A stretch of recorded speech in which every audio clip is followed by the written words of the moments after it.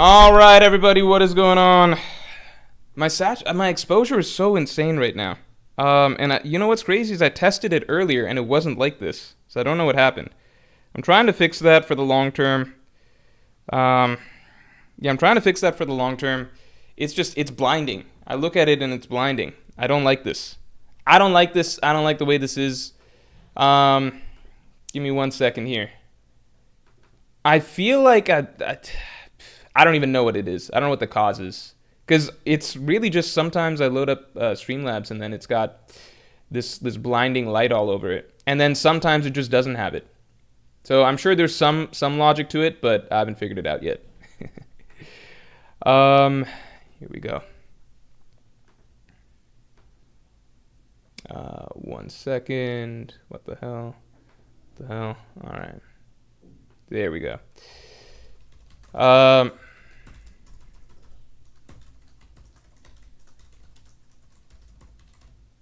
All right, everybody. I'm ready to give you guys my undivided attention from here on out. So no need to worry anymore.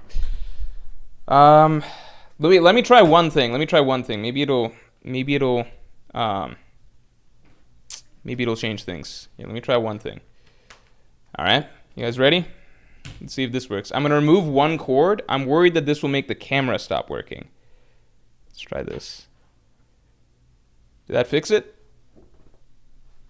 Maybe not. Because sometimes I think maybe the computer's having to work too hard. Okay, I'll look into this another time. Yeah. It's sometimes it's the way it is, and sometimes it's not. Okay. All right, let's get into it. First, let's get the stream likes up to 50 real quick. And then we got, oh shit. We got a new Pirate King member. Fake Linskoff, welcome back to Pirate King tier status. Thank you very, very much for the long-term support. I really appreciate it, man. Empty Mind, thanks for the 5. Since we're on this topic, strong characters deciding not to eat the devil fruit makes absolutely zero sense. The cons are so little of a downside. Can't swim, okay? Yeah, it's like, you know what? I feel like it would make sense if we got to see these characters like fucking swimming a lot or some shit. It's like, oh yeah, fucking Mihawk really likes swimming. I guess that's why he doesn't want to have a devil fruit. I would say, you know what? Maybe it's like to be fair, can't swim. It is valid because like most of these pirates, marines, etc., when you spend like 90% of your time at sea, I think then it starts to make a little bit of sense, right? Because, for you and I, the average individual, we like to live on land, right? So for us, there's not really this thought in my head like, oh, fuck, what if I'm in the water, I fucking can't swim and I drown, right? But I think it becomes a lot scarier when you're spending pretty much all of your waking life on a piece of wood, essentially, in the middle of endless water, right? And you're having to fight lots of characters, presumably at sea. Obviously, your crewmates can save you and everything, and that's generally what happens in One Piece. But, I think it's a valid concern. It's basically like a major environmental weakness that comes up. It's basically like, I think you could argue, I think it would be nice, I'm having to headcanon this, right? But I think if Oda wanted to make the argument that it's like such a significant environmental nerf that strong characters see no reason to eat a devil fruit, right? I think that could make sense. Because it is a very significant environmental nerf. It's basically like if they fight anybody else at sea, they're at like a crazy, crazy big disadvantage. It's just that the story is written in such a manner that like they almost never, ever have to fight at sea, right? So imagine Roger fighting Whitebeard. They fought at that island, so it's fine, right? But if instead they're fighting on a ship, like their ships clash at sea, then Whitebeard's kind of fucked, because, like, Roger just has to fucking destroy a ship. And then that'd be a big problem, Like, we saw the fight between Rox and Harold, right? Rox and Harold, they're knocking each other around everywhere. Imagine if they had that fight replayed at sea, like the world government had Harold intercept Rox on the ocean. And now imagine if Rox is a Devil Fruit user. Harold would have just fucked him up, right? Imagine they're both trying hard in this scenario. Imagine they're both trying hard. So I do think it's valid. I think the story makes us feel like it's not valid because Oda deliberately avoids the Straw Hats ever having to have a high-level fight on the ocean. Luffy never has a high-level fight at sea. The one time it kind of crossed territories into the ocean was that I can think of off the top of my head was during Luffy versus Lucci. And that was actually a big concern. Because Luffy hits Lucci with a big punch, that like his Gear 3rd punch that knocks him out there. And I think Lucci even, if I'm remembering correctly, I think Lucci's concerned about falling into the ocean or whatever, but a ship happens to be there so he survives. But if like, there's a reason Oda couldn't have, like he only had like half a chapter of the fight go take place with them fighting amongst like on a battleship, because they were destroying their environment. So if the fight went any longer than that, then they'd be in danger of basically just fucking dying, right? So, and that's with both of them being Devil Fruit users, right? Imagine if Luffy was fighting somebody that just wasn't a Devil Fruit user right then. He would just try and knock Luffy into the ocean. Like, over the course of a fight, you're going to get knocked around a bit, especially against strong, like other strong users, you know? So I do think it makes sense. I think it is actually a valid reason. It's just, I know I'm repeating myself here, but I'm just giving myself an explanation now. So I'm kind of consolidating what I've decided in my head makes sense, which is 95% of the time these pirates are out at sea, right? They do have fights and stuff at sea that are presumably significant that we almost never see. Like, we never get to witness because it just wouldn't fit the story, right? But fucking Roger versus Shiki, the Battle of Edward, that's an ocean battle and everything, right? But presumably, if you're running into other pirates and everything like that, that would happen at sea very frequently. The Marines, right? Roger and Garp, they had their battle at sea because the Marines are naturally going to be pursuing pirates on the ocean and everything. So it does make a lot of sense. It's just Oda's structured the story in such a manner that we think it doesn't make sense because Oda specifically only has Luffy fight really significant fights on land. But logically speaking, if you're at ocean all the time, then you don't want to be disadvantaged against another strong fighter on the ocean, you know? Because essentially what it is like, yeah, having a Devil Fruit would be really good if you're an already strong character, but it would come with the sacrifice of basically you can never allow yourself to take, like, your ship can never be destroyed while you're fighting, so you got to be really careful about that. And two, you can never, like, all an opponent has to do to defeat you is land one good hit that knocks you back into the water, right? Just one good hit, or knocks you through your ship into the water, right? And that's going to happen against another strong character, you know? Even if you have a Devil Fruit. All right. Let's get stream likes up to 50 real quick. Elijah Petty, thanks for the 2. Rox having the Doa Doa no Mi would be cool. Like the door fruit? I don't know about that. Henchme976 pointed out they almost took down Big Mom with that tactic, lol. That's true. Lucci got saved by the hand of Goda. Empty Mind says, if Whitebeard didn't have his Devil Fruit, he would get destroyed by Roger. That's the only reason they're on the same level. The thing is, like, I mean, Whitebeard did clash evenly with Roger in that one hockey clash. I'm always going to be of the opinion that, like, at the highest level, it seems like the Devil Fruit matters less and less. I do think that, obviously, Roger and Whitebeard, like, Whitebeard does need his Devil Fruit to be equal to Roger, but I do think Oda also established that Whitebeard's not just some bum without his Devil Fruit, because he showed that Whitebeard and Roger, they did have, like, a straight-up equal Conqueror's hockey clash, which is, to date, probably still, I think most people would agree, I think that one's the most memorable or iconic Conqueror's hockey clash in the story, right? So Oda pretty clearly established that, you know, Whitebeard doesn't just suck without the Devil Fruit. He's still essentially Pirate King level even without the Devil Fruit. It's just like to actually be dead even with Roger, the Devil Fruit also is needed. I feel like, to me, it seems clear and clear that, like, the Devil Fruits at the highest level, they tip the scales, yes, but not that much. Like, I just look at, like, the Luffy versus Kaido fight, which is, Luffy did need his Devil Fruit. He needed Gear 5th to defeat Kaido, essentially, right? And we can argue all day about, like, how legit that victory was or whatever, right?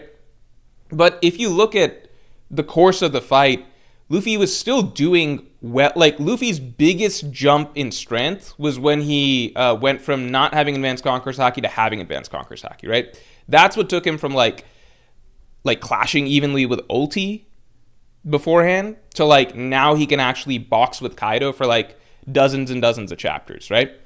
Gear 5th is what gave Luffy the edge over Kaido, but, like, the thing that really gave him the boost to finally be at that level where he can clash evenly, split the sky, he's not losing every interaction with Kaido, was the Haki, right?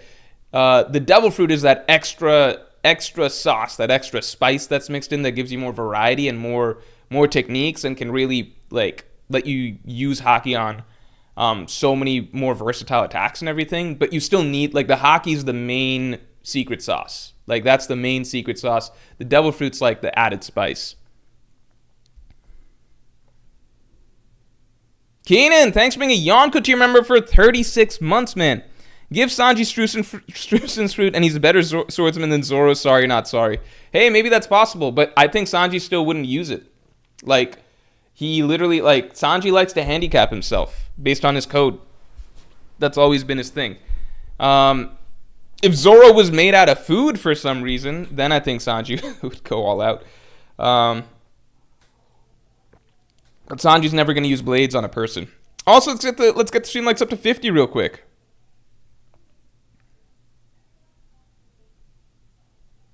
Bropter says, can't they all just fly, though? Yeah, but they can still get knocked down, you know? Like, flying doesn't change. All it takes is one solid hit to send you back a little bit, you know?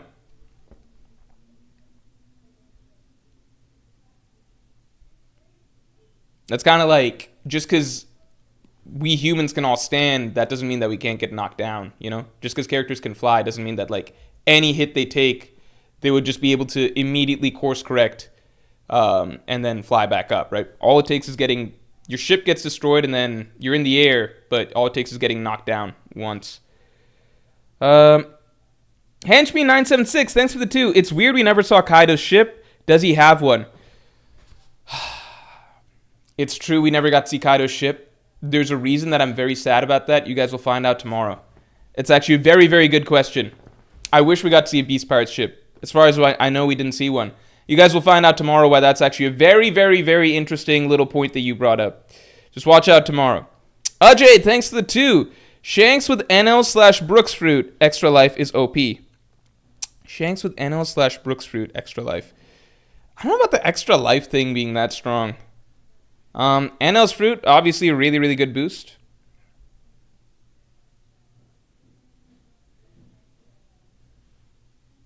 Jimutaro, thanks a lot. Morge, do you think there was a deeper narrative meaning to Kaido being a dragon? Yeah. I mean, I think that, especially because it's the Azure Dragon, which, I remember when it was first introduced, I read the mythology of it and everything like that. So it's actually, like, technically it's the fish fruit that you can then, it's a fish fruit, but it's a dragon, right? So the reason it's classified under a fish fruit is because it goes along with the mythological tale of basically, I think it's koi fish. I might be wrong. Maybe it's not koi fish. Maybe it's the carp. I forget. There's fucking fish, all right? There's fish that, in Japanese mythology, there's a lot of fish that try to swim upstream up a waterfall, and only one fish is able to make it all the way up the top, like swim against the current up a waterfall, and once you get to the top, the gods or something reward them by turning them into a dragon, right? So that little short story in itself is, like, very, it carries a lot of thematic meaning. It's the idea of basically, like, being, like, everybody striving to reach a goal, a summit or whatever, but only one person ultimately is able to surpass the efforts through sheer willpower, etc., of everybody else. And the person who's able to rise above all their other competitors and rise above, like, literally like swim up a waterfall, essentially do the impossible, right? Overcome impossible adversity. Symbolically, once you've overcome all that and reached the summit, you are basically, you've ascended, right? Like, you've become greater than everybody else in a sense. So symbolically, the fish in the story becomes a dragon, but it applies to ideas in the real world as well in terms of, like, perseverance, overcoming adversity, yada yada, right? So Kaido's fruit, I think, fits his story in this. I would love to see more of Kaido's fruit, but Kaido's fruit fits the story of basically Kaido. If you look at chapter 957, Sengoku shares some details about Kaido's past. If you look at chapter 795, 795, 957, that's kind of funny, coincidental or whatever, right? But if you look at those two chapters and you look at Kaido's introduction, it talks a lot about like how Kaido grew stronger and stronger through battle over time and everything like that. So both of those chapters explain kind of Kaido's history of battle and how he grew stronger himself and also built his empire, and it was largely through fights and everything like that, right? So it kind of symbolizes the idea of like not just that Oda wanted to make Kaido a dragon in the sense that Kaido's like what does Kaido represent as a villain? He represents this really physically imposing, monstrous villain, right? Like a beast, like a really physical powerhouse that Luffy has to become much, much, much stronger to be able to take on, like something that's way beyond his level initially, right? So Kaido has to feel like that unimaginably strong powerhouse. So the dragon symbolizes that, right? Also the king of beasts. Dragons are the most iconic mythical creature by far. So like Kaido having a crew filled with beast fruit users, you want the captain to be like the beast among beasts, so like a mythical Zoan for Kaido, and like the mythical Zoan, like the mythical Zoan that anyone would think of, the dragon fruit that fits. So that all makes sense. And then on top of that, just the added piece of lore that it's not just a dragon fruit, it's the dragon fruit, the Azure Dragon, tied to the Japanese story. It fits the idea of Kaido basically being like this self-made monster in the sense that like he's climbed to the title of world's strongest creature through a history of battle and overcoming lots of opponents, etc. Right? So it makes a lot of sense. I would love still if we got to see more of Kaido's backstory instead of like assuming these things about him, but it kind of fits. Leo Princess, what's the policy on spoilers on here? So here's the thing. I have read the spoilers. I want to not comment on any of the spoilers here. So no spoilers here, because I think usually at least like about half of people haven't read spoilers. So let's say no spoilers. So please cut out spoilers if you see it. Yeah, let's get the stream likes up to 50 real quick. All right. And in the meantime, let me pull this shit up.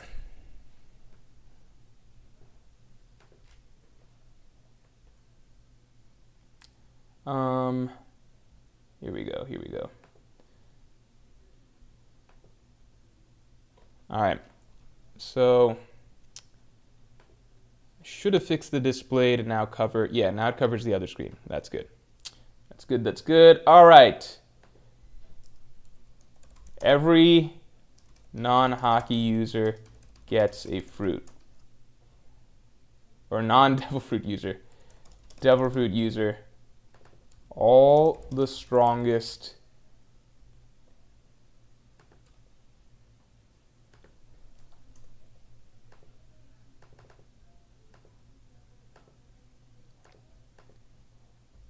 There we go. All right, I think this one will be fun. So let's start by just listing out everybody that we know. And we're not going to... I guess we can even include characters that we're kind of vague on, like fucking Ben Beckman. Empty Mind says, Morge, did you end up watching one battle after another? Time out, everybody. Time out. Let's all hold on. You guys have done me wrong. All right? All of you have done me wrong for a long, long time now. For at least a month or so now. Okay? You guys have been coming through and been recommending things to me like, Morge, watch this. Watch that, Morge. Watch Gachi Yakuda. Watch this or that. Well, you tell me to watch or read shit, right? And I do try it very often, right? Sometimes. This Sunday, I sat down and I decided to watch something that not a single one of you recommended. I'm actually baffled as to how this is not like exploding in popularity and how it's not being like fucking gushed over by everybody. You know what I watched this Sunday? And I'm going to continue watching tonight after stream. And I will continue to watch till it's done. The Lord of Mysteries. Is that what it's called? The Lord of Mysteries? Lord of Mysteries. Lord of Mysteries. Why is this not being talked about? Why is it, what is going on here? Lord of Mysteries is literally, I watched it on a whim. I had like several things I could potentially watch. I'd seen some discussion about it, some minor buzz or something like that. And I was like, okay, this seems like a little bit different. Let me give this a shot. Out of the fucking blue, like the most, I watched 10 minutes and I was like, this is, if the entire show is animated like this is the best animated series in terms of visual quality, production quality, etc. This is the best animated, highest production quality series I have ever seen. Ever. Like, ever. I just watched the fucking Demon Slayer movie. This is different. It is the most visually beautiful series I've ever seen. It's not fucking close. Every single scene is like it's a movie scene. Like fucking average ass scenes of them walking through town, it's movie quality. It's movie quality, detail, shading, visuals, all of that. I was so high watching this. It was just, I'm not getting into plot, characters, etc., because I think that it's not, like, in terms of its writing, it's, I think it's doing a lot of things good. It hasn't gotten me invested emotionally yet, but it is a work of art. I could watch this on silent, on mute. This is like the most mesmerizing anime I've ever seen. It is mind-blowing. It is like Demon Slayer times 10. I've never seen an anime that every single scene, every single frame is like a painting. It's all Sakuga. There's no such thing as Sakuga animation for this. It's all Sakuga 24/7. I didn't know a series like this existed. It is fucking enthralling. Spider-Verse clears? Why are you comparing it to an actual movie? That's so weird. That's like, you just want to like say that, well, something is better than it. Like, I'm saying this is an anime series. I'm saying that it's all movie quality. It is by far, in terms of like an actual animated series, like a TV show, there's nothing like this. Like, I'm actually mind blown. How come nobody's talked about it? Like, it's so beautiful. It's mesmerizing. Like, I'm watching this shit. I'm just like, every single frame is beautiful. Every single frame is a work of art. I'm actually mind blown. I don't know why people aren't talking about this more. I don't get it. Why has nobody mentioned it? Why has no one mentioned it? I know it's Chinese. So I think that's why it's not getting as much traction. Because I think that like lots of times like these new anime, they're people are coming in with basically the the manga beforehand. So there's like some hype beforehand before it launches, right? So like Dandadan's getting an adaptation, so now it comes out. Like Gachikuda, it's getting an animation. So I know that that's the case, and I know that with Chinese, it's like not even, it's a Chinese web novel. So I get that it's not getting that level of like build up, right? But you can watch one episode, watch it on a substance, ideally. It's no comparison. It blows Japanese animation out of the fucking water. Like, it's on a totally different level.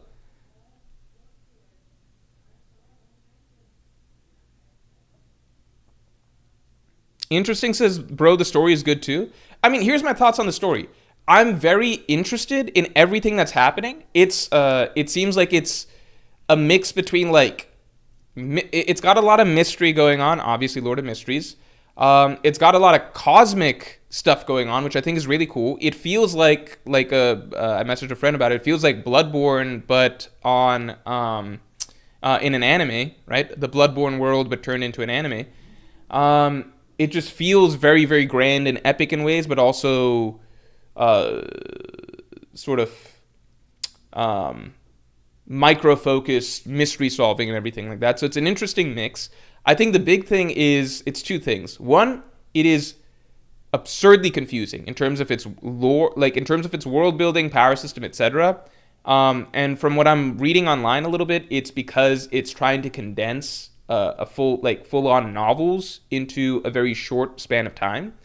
So it's doing a lot of. It is the most complicated series to basically understand. Like, not complicated like, oh, Nen's complicated. Because Nen, while complicated, it still takes the time to explain it to you. Lord of Mysteries goes into the flow kind of like, just things are happening and things are occurring, right? And it's kind of expecting you to pick up the concepts through context. It does some explaining and some exposition, but a lot of it is just you're in the flow of it and you're supposed to be picking it up as you go. I do think that could be done better because I've never watched an anime before where I'm like, okay, I actually need to probably give this whole thing a rewatch to fully understand its systems and all of that. It doesn't try to hold your hand that much. I don't think that's the best for this, but again, I'm watching it mainly as like just a visual artistic experience right now, right? I'm okay with not understanding everything. It is the most confusing, okay? That's number one. Number two, it has not tried to get my emotions involved yet, and I'm 6 episodes in. I think episode 6 did try to do something a little bit more emotional, but it is odd for me to be watching a series that's like pretty much just like plot focused and mysteries and action and everything like that. And it is cerebral, so it's not like dumb or anything like that. So it is somewhat cerebral, and you do have to pay a lot of attention, and it's complex. But it hasn't tried to do much emotional storytelling yet. A large part of this is because the main character, like normally when you're watching an anime and everything, like the author is trying to get you invested in the emotions of the characters and the emotional stories of the characters, sometimes through backstories, but sometimes just through events. So far, there isn't that much emotional pull for the main character because he's just trying to get back home without much context. But we also don't understand that much of like who he is, like his feelings about everything, his emotional bonds, stuff like that. Like there's not, and I'm not saying it needs like shonen type bonds and everything, but I'm saying like the emotional character conflict of the main character isn't really existent, and it's more so a logistical conflict. We don't even really know how much he feels about a lot of these situations. And the same applies to a lot of the side characters. So I'd say that's one thing, which is so far, I would like it to feel like the storytelling actually gets me emotionally invested more.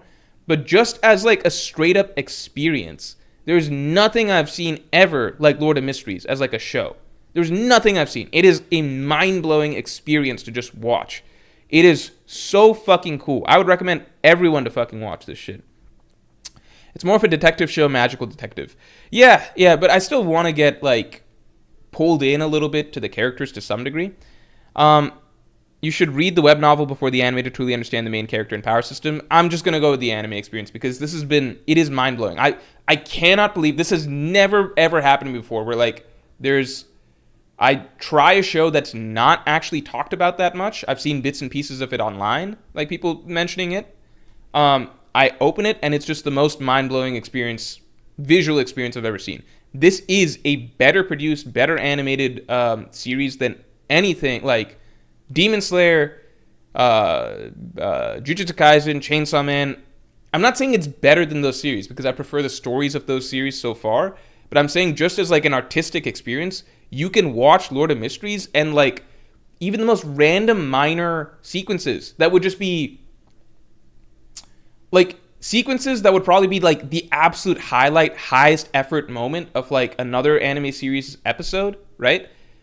Like you watch a Lord of Mysteries episode and those type of sequences happen like every 4 or 5 minutes. I really don't understand how they did this. I don't get it. All right. I don't get why people are like saying that I'm glazy. I strongly like please go watch it and tell me what you guys think after that because it is so visually beautiful. It's so crazy. I've just never I don't see any anime series that compares. I'm just really confused why I don't hear about it much. Jaren Strambo, thanks for the 2. Why do you think Gecko / Thriller Bark gets a bad rep? I don't know if it gets a bad rep. I think it's just okay, so like how do I say this? They speak in Chinese. I've been swapping back and forth between the English dub and the Chinese dub. I'm not sure which I feel more comfortable with. I like the Chinese dub more. I'm gonna revisit the Gecko Moria thing in a second. I just want to answer any questions about this show that I just gassed up for you all before I move any further. But I'll answer about Thriller Bark and Gecko Moria in a second. They speak in Chinese. Yeah, so I think I prefer the voices in the Chinese dub. But I think that in terms of clarity of understanding, I think I'm getting that a little bit better with the English dub. And I saw different opinions online. So I've actually gone back and forth a little bit.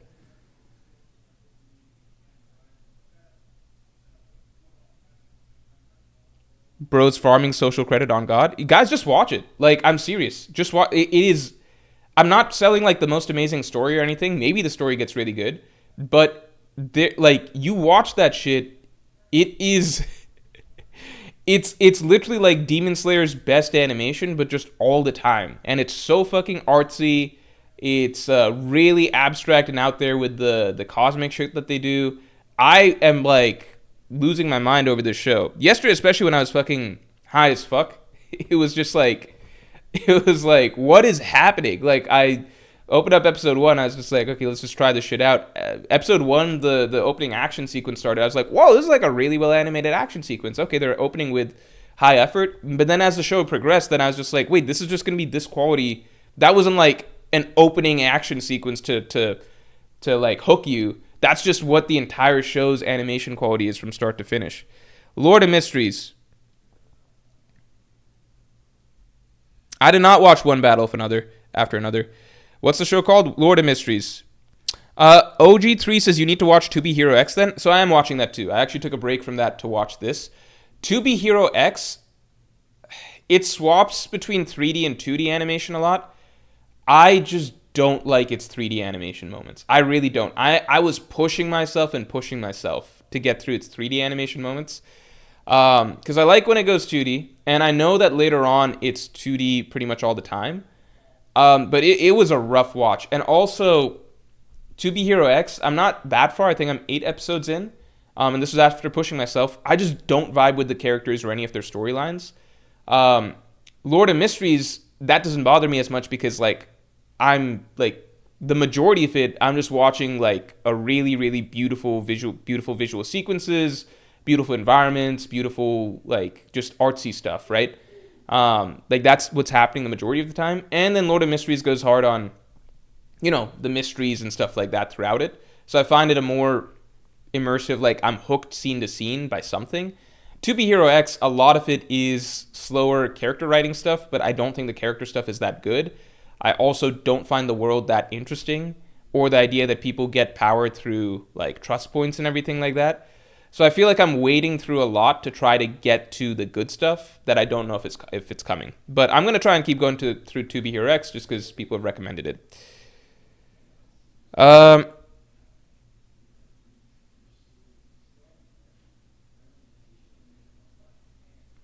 Yeah, I don't know. Lord of Mysteries is like it's genuinely mind blowing animation. You guys watch it and then come back and talk to me, right? Because I think people are gonna go in and be like, oh well, we want to critique this just because like I gassed it up.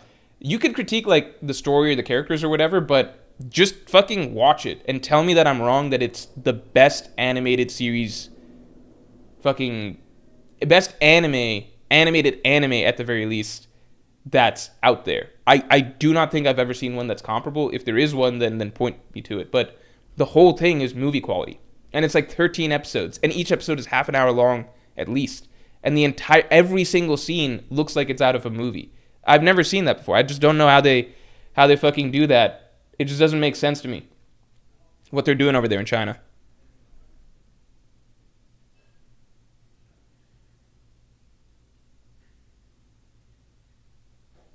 Yeah, it's interesting since it's very mesmerizing, very extraordinarily good animation. Yeah.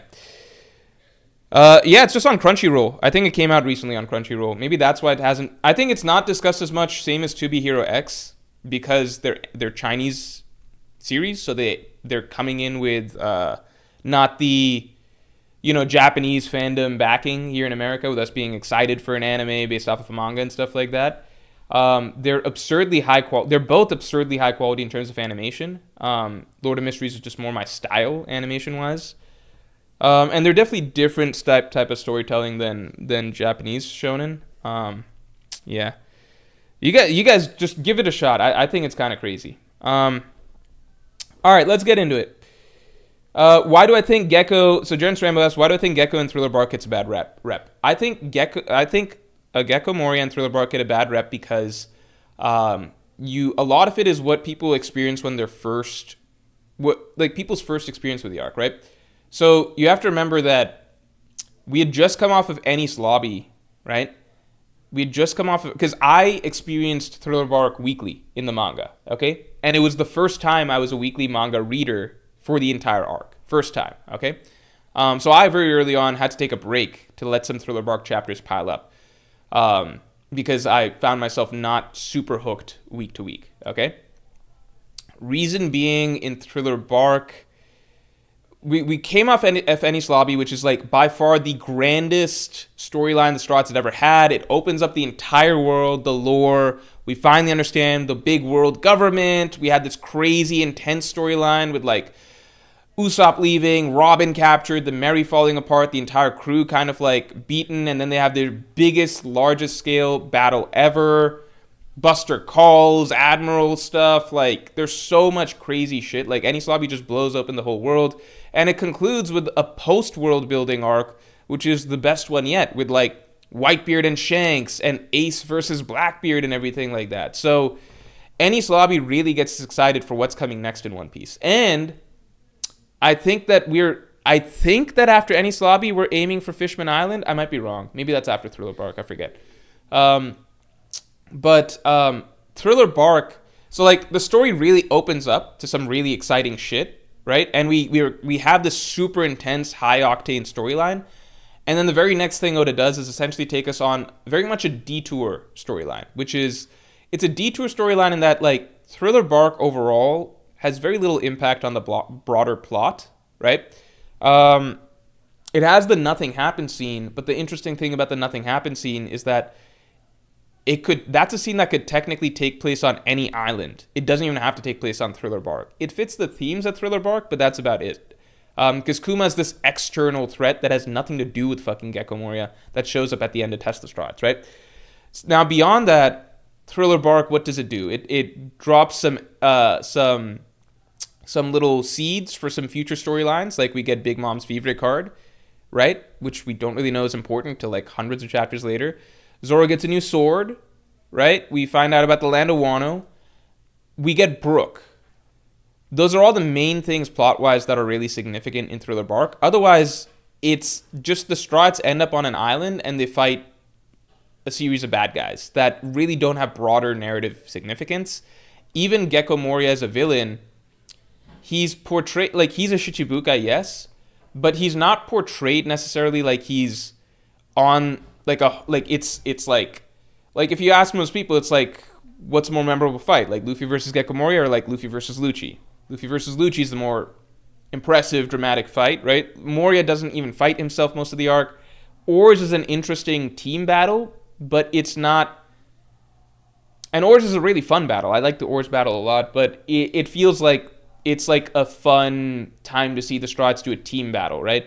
It's not necessarily like Oda's crafting this really deep, dramatic narrative arc like he did with Enies Lobby one arc ago. It doesn't feel like we're dealing with the broader scope of the world. It feels like we're dealing with like a very isolated situation, which is just this one bad guy who's got a lair. It's literally like we find an evil bad guy's lair and we have to fight that bad guy in his lair. And then the crazy thing about it is like they beat Gecko Moria and Gecko Moria is still around. It's not even like they kind of just beat him up they just give him a bad day. Does that make sense? Like they beat up Gecko Moria and then he's back to being a Shichibukai by the next arc. You know, like it's not even like when they defeated Crocodile, it's like, okay, we're exposing Crocodile's evils to the world.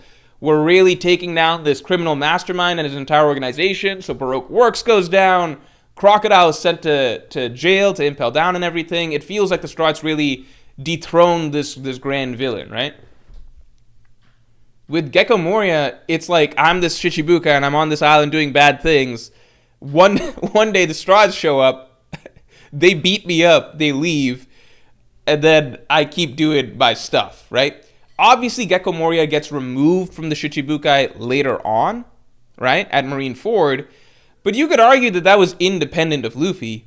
The Marines might have just seen Gecko Moria's like really sorry-ass performance during the war and been like, this dude was out here fighting like I think like Whitebeard's like 10th division commander, like Curiel or something like that. And he, let's see, what else did he do? He got one shot by Jinbei. I'm pretty sure the world government would have realized at one point or another that Gekko Moria is not really Shichibukai material anymore. So you get what I'm saying? Like, there just isn't that much. Like, when the story's going from something that feels really grand, really high stakes, very dramatic, a lot of character storytelling, etc., going on in there, and then it switches to something that feels like more. Like, Moria's still a Shichibukai and everything, but it feels more like an isolated incident and just like a night of like wacky adventures for the Strides, where like now we got to deal with this really random ass problem because our shadows are gone and shit because of this dude. Let's beat the shit out of him, and then we just kind of keep chugging along. So it feels like a detour, but it's a 50 chapter long detour. And you got to understand that like nowadays, I think that when people get to read a story in bulk, like you get to binge it, you can power through Thriller Bark and you can enjoy it for like the more comedic arc that it is. You can enjoy the team fight as the novelty that it brings, right? And then obviously you cap it off with Nothing Happened. But week to week it's very different because you're in Thriller Bark for a very long time, like over a year, right? Every week you're tuning into One Piece and you've just come off of Enies Lobby, so you're very excited for the future events of the story, and we're in this island that doesn't feel as significant as what came before, right? So it's easier to appreciate arcs when you don't feel like you have to be stuck in them, when it feels like it's temporary, right? Like I imagine a lot of people when they're binging One Piece, they get through Enies Lobby and it's like, that was a crazy arc, then they hit Thriller Bark and it's like, okay, this is like not as significant, but we can enjoy the arc for the fun things that it brings. But it's harder to enjoy, the fun parts of an arc when it feels like you're just in there for an indefinite period of time. Then it stops feeling like fun. Then it feels like, okay, we've got another sort of comedy situation here. Okay, we like Sanji, we just waited this long to watch Sanji just beat the fuck out of Absalom. This is not exactly as cool as like Sanji versus Jabura. Stuff like that. Anyway. Jaren Saramba says, so it feels like a side quest. Yeah, but side quests can feel exciting when they're really significant. I think that late in One Piece, Thriller Bark is, let's say this, Thriller Bark is the last real side quest in One Piece. The last real side quest arc. After that, everything is a significant dramatic arc. And the thing is that early One Piece, Oda could get away with a lot of side quest type storylines. I think the transition period started to happen towards the end of pre-time skip, okay? So like early One Piece, a lot of storylines felt like beginning of the story was, this is kind of villain of the week, island of the week, right? Like there's not a bigger plot. Then as we progress into the Grand Line, some things still feel like side quests, but we're used to this sort of meandering flow.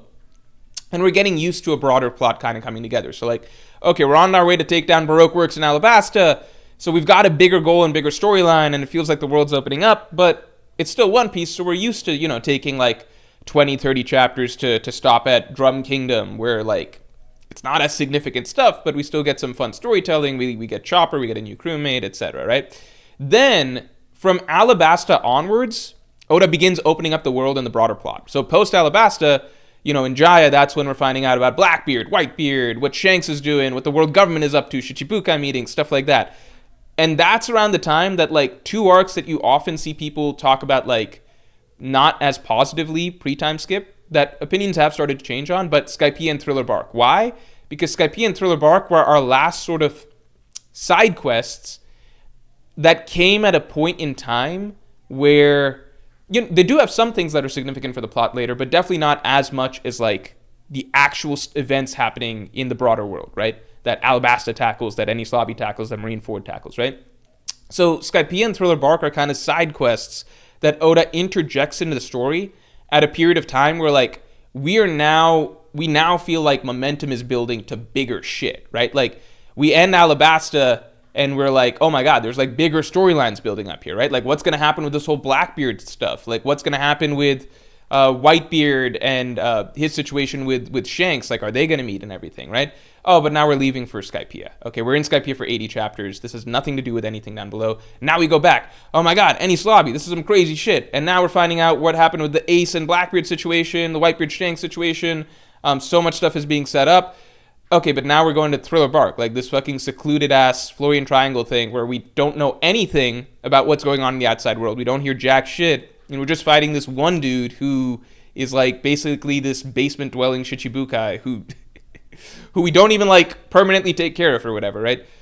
So those are the two longest side quest arcs in One Piece, and they come at a time where Oda started alternating between storylines that are very significant for the main plot, like the Baroque Work Saga, like Enies Lobby, Water 7, like Impel Down, Marineford, Sabaody, right? Like, and in between those are these long side quests. So they're a little bit almost out of place because it feels like the stories hit a groove where now, you know, the bigger events, like we want to get to know more about the world and the Marines, the Admirals, the Shichibukai, the Yonko, all these things that we're learning about in the broader conflict. I would say, though, in retrospect, now that we're in the post-time skip, and every single arc is, like, all very structured, very plot-relevant, like, everything from Punk Hazard to Dressrosa to Whole Cake to Wano, all of it is very plot-significant stuff. There's no more just side quests. Even something that seems kind of like a side quest, like, okay, let's go to Whole Cake Island before we go to Wano. Really, it's not a side quest. We're going to fight a Yonko. We disrupt the Yonko's empire. Luffy's getting a whole new bounty. We're getting poneglyphs, and we're bringing that whole other additional Yonko plot over to Wano. So there's no such thing as real side quests in the story anymore. And so it's complicated because I don't think One Piece needs any more side quest type storylines, but there's no sort of perfect balance, I guess. Because, like, you know, early in the story when there was very limited plot and everything was just wandering, it was kind of like, okay, this is fun and nice and relaxed, but we want, like, maybe it'd feel more dramatic if there was, like, a bigger plot. Then we get to a point in the story where Oda's kind of, like, alternating between, like, big plot storylines and side quests, and then people are feeling like, okay, this storyline I love, but I'm bored during Skypiea. This storyline I love, but I'm bored during Thriller Bark, right? So then the alternating is tricky, and now we're at a point where it's, like, all heavy plot shit, and it can kind of feel like, okay, well, the crew doesn't get to interact anymore, and we don't get to just focus on the crew sailing and adventuring anymore, and it's just like, there's no perfect time. Anyway, let's get into this shit. Marco's saying, thanks a lot. Garp and Robin's fruit. Garp plus Jaws fruit. Garp plus Law's fruit so he can chuck heads like cannonballs. Kick. I don't think Garp would be used good at Law's fruit. But, okay, let's put him down. I think Garp, Robin's fruit would be broken. I feel like Robin's fruit is too broken. We'll discuss these. I'll put some options down, right? So let's put some characters down, right? We got... I feel like people are going to think I'm ranking here. Let's just put in order of age. How about that? Rox, Garp, Mihawk. Do I put Harold? Is there any point in putting Harold? Roger, Rayleigh, Gabon, Mihawk, Shanks. Who else do we got modern day really strong? Let's put some of our favorites. Zoro, Sanji. I think Sanji's actually a bit older than Zoro. Sanji, Zoro. Do I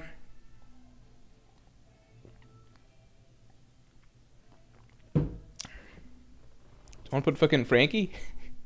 Frankie refused the devil fruit, I remember. So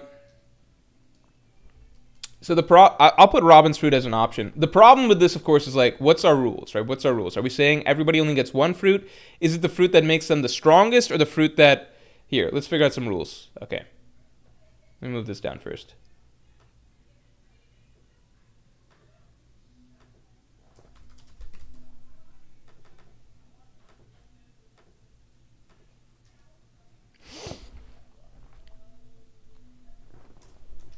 The rules. Virgil Hawkins. Oh, no. Elijah Petty. Elijah Petty, thanks for the 2. The Doa Doa no Mi would explain how Rox got to Emu. Oh, man. If Rox is the Doa fruit, that'd be so lame. I like to think Rox just busted his way through to Emu and confronted him in the throne room, but maybe it was the Doa fruit. That would make sense.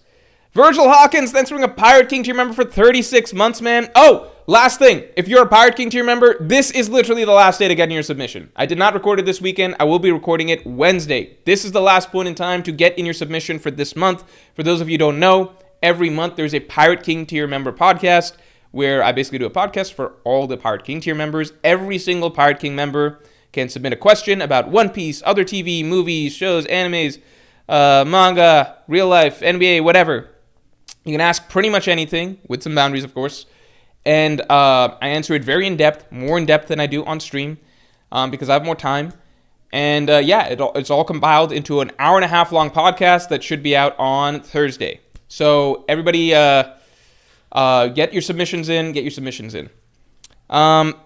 Virgil Hawkins, thanks for the support for so long. 3-year badge should be Roger. How about a prize for chapter predictions? We pick a series for you to read chapter one. We pick a series for you to read one chapter from, or being put in raffle to get the chance to pick a series. 30 people per raffle. Ooh, that's interesting. Okay. We do want a new prize for chapter predictions because so far we've been giving people mod, but lots of times people who win aren't regular viewers in stream either. A lot of times they are, but a lot of times they're not regular viewers, so somebody will win the chapter prediction, and then they're not in stream, for example. They just showed up for the chapter prediction stream. But a prize is more fun. Okay, let's think. Okay, I'm going to put your stuff down as a note, and we do need to add the 3-year badge. I did have a note for that as well, but we didn't fully follow through with that. So let me up that in the priorities. Hold on here. Hold on.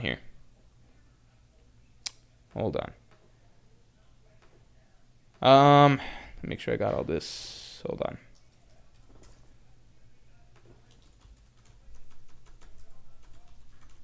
All right.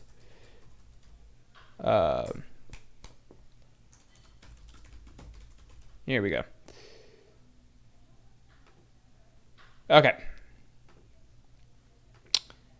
Yeah, thanks for the reminder, man. Okay, we will get those 3-year badges for you guys ASAP. All right.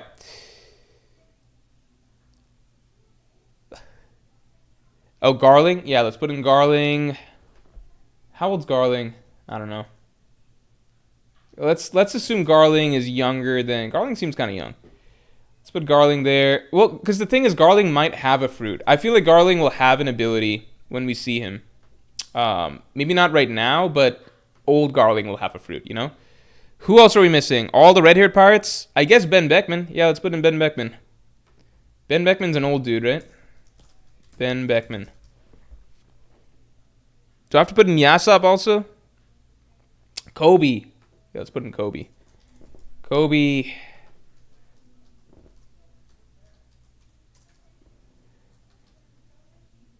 Odin. Let's put in Odin. Good point. Forget how old Odin is. I guess Odin's probably around here.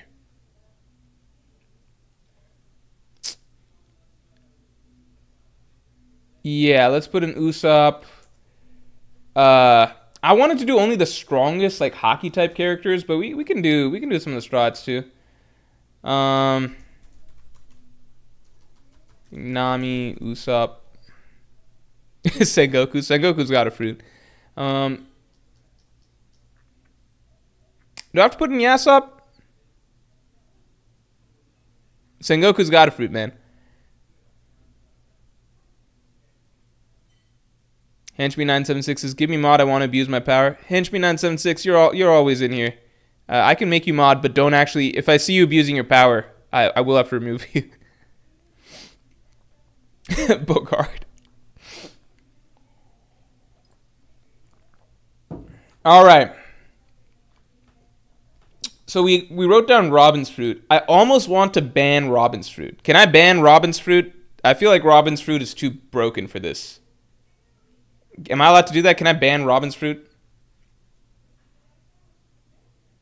It seems unfair.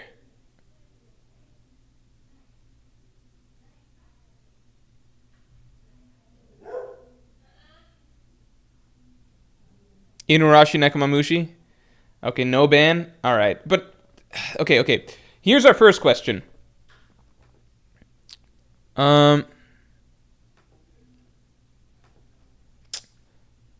Oh, you know what? I actually just saw something too. I could also do a members only stream at some point. I see the option for that. So that could be fun. Okay. Let's see. Are we giving characters the fruit that fits them best, or the fruit that will make them the strongest?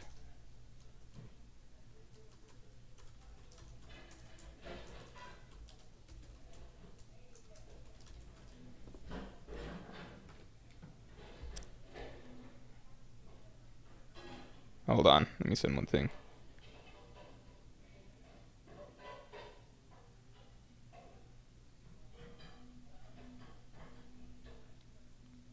Hold on.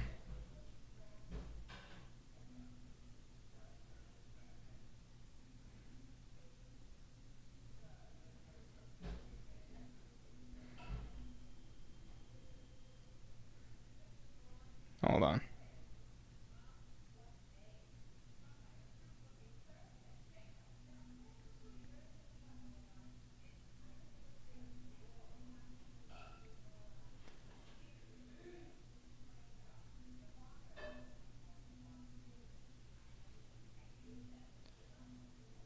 Okay. All right. Let's see. Yeah, let's do fits best. Okay, then in that case, I'm taking off Robin's fruit for Garp. I'm gonna give Garp the Gura Gura no Mi. I think it just fits him because like it's interesting. Like the Gura Gura no Mi, that's obviously it's Whitebeard's fruit, but like Whitebeard's natural fighting style isn't even punching. It's actually usually using a spear and everything from what we've seen. Whitebeard is low key closer to swordsman slash spear user. Because everything we see, we see him clash with Roger, clash with Odin. We even see him using attacks and everything at God Valley. It's all cutting attacks. The Gura Gura no Mi, it's like that was what he really spammed at Marineford, which was our debut of seeing him. And but keep in mind at Marineford, Whitebeard was no longer as capable of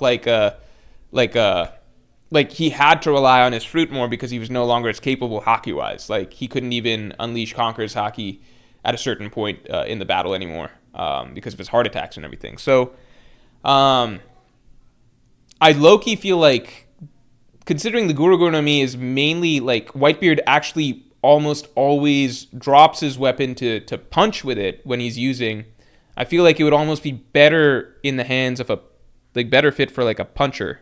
Like a punching character, Can both be an option? Both can be an option. Okay, so let's just do let's do the poll again. But then everyone's just gonna pick both because it's just like the best of both worlds.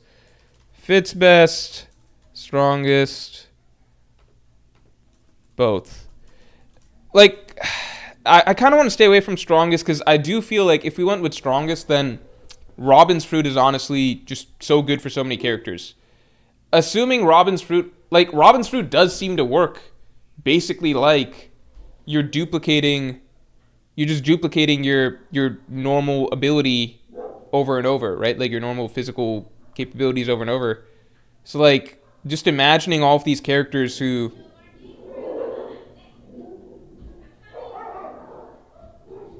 Sorry, the dogs are going crazy.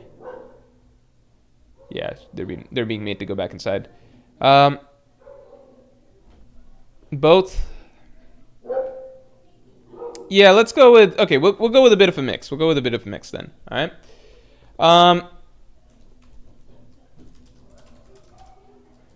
Like, because there's a lot of these characters that it's just like, if they had a certain fruit, then they would definitely. Yeah, if they had a certain fruit, then they would definitely. Like, there's certain fruits that just could apply to a lot of characters to make them the strongest, Like, it's like, who gets the Gura Gura no Mi? Who gets the fucking Yami Yami no Mi? Who gets the Robin's fruit? Robin's fruit is one that really stands out to me.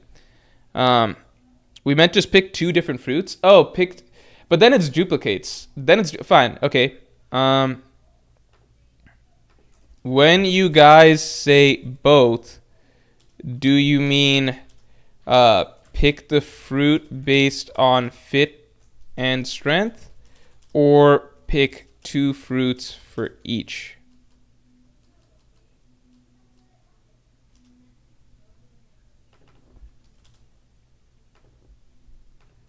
One fruit per person, two fruits per person. Here, let me do the poll to understand what you guys mean.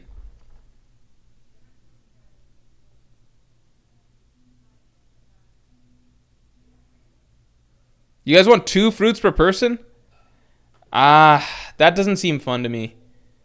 No. That doesn't seem that's not right. Okay, because then we're gonna get into duplicates and shit too much. Because then it's like, then it's too many duplicates. That's not fun. We're doing one fruit per person. Okay.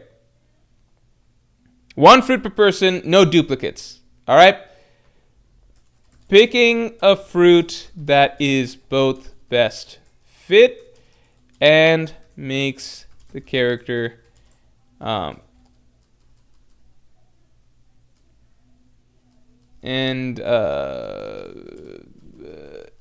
attempts to make the character as strong as possible. No duplicates. If we go with the fruit that makes you the strongest, it's just how many. I'm gonna pick Yami Yami no Mi for a lot of them, Guru Guru no Mi for a lot of them, Robin's fruit for a lot, Hana Hana no Mi for a lot of them. Yeah, that's no fun. Jordan Vance says, can we just keep it to best fit fruit and not make it complicated? I wanna also include strength in there as a qualifier, just because it's like, you know, like the blade fruit fits Mihawk well, for example. Like that's why the Mihawk Seraphim has that fruit, you know. But at the same time, we know we could give Mihawk a fruit that, like, just because I don't want to give a character like a really basic fruit just because it fits their personality well. You know what I mean? So like, we would all probably rather see Mihawk with maybe Law's fruit or some shit, right? Brandon King says, don't forget to read supers. Yasop, Calm fruit, auto silencer for gum. For gun. Oh shit, that's cool. I can throw Yasop in there. I just feel like Ben Beckman and Yasop, we've seen so little of them in general that I feel weird even including them. This is ordered by age, so nobody can get upset. I'm not trying to rank the strongest hockey users.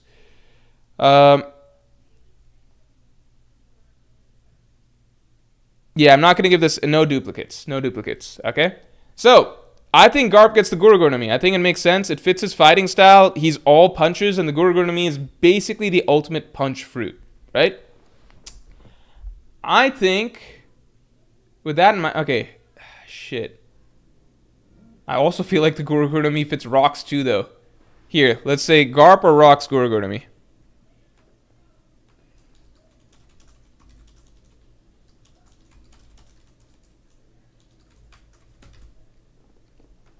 Because Rox is like a very physically forceful sword style. Like a breaking sword style.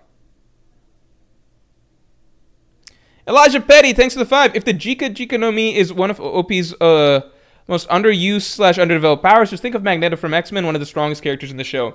Great point. Let's give Frankie the... Is it Jiki? Is that how it's pronounced? One Piece. Kids fruit. Yeah, it's the Jiki. Okay. Yeah, I think that's easy. Done. Yeah, that's a good one. What about fruits from movies? No fruits from movies. All right, Garp takes the Guru no Mi. Done. All right, what do we want for rocks? Do we want... Rocks is tricky. I want to pull up like a... Here. One Piece. All devil fruit users. I want like a nice visual of all devil fruits. I guess all devil fruit users too.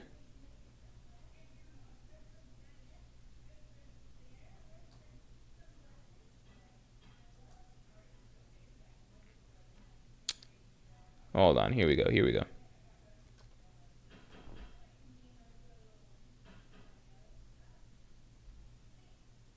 Man, I just want a list of Devil Fruit users.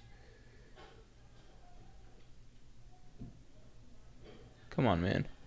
All right. One Piece Wiki is really letting me down right now. What the fuck? One Piece, all Devil Fruit users.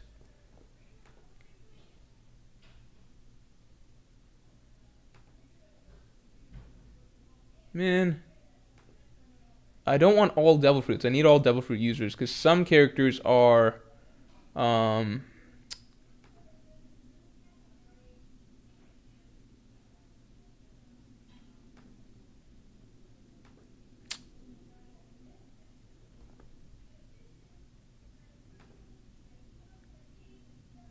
Okay, I found some list of all Devil Fruit users on Reddit, so let's try and use this.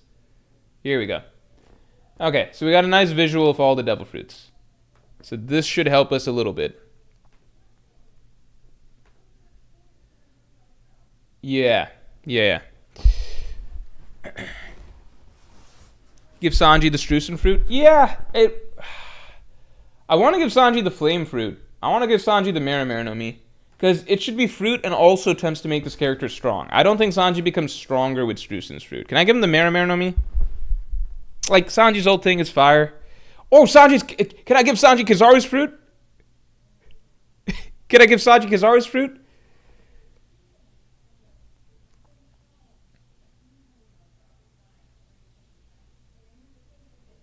People are saying rocks, Yami no Mi. Ace by Comeback says he already has fire. That's why it fits his style, right? Because he could amplify it so much. Imagine how much stronger he'd be if he could use that, you know? It's the same way that Frankie already uses metal and machinery, but that doesn't mean that... Like, it's to enhance what they can already do, you know? In my mind. Like, Garp, he can already punch really hard, but with the Gorogoro no Mi, now he can punch really, really hard. Alright. Sanji gets Mera... Okay, wait, no. Mera no Mi or Pika Pika no Mi? Not Pika Pika. Is it... It's Pika Pika fruit, right? Sanji gets Mera no Mi or Pika Pika no Mi.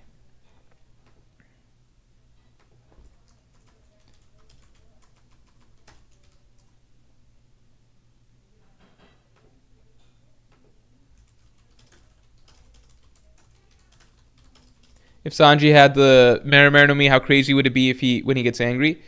I think so. This is an interesting little question because I think the Mera no Mi fits him more. Like, it's a better character fit. Like, Sanji represents passion, flame, heat, etc.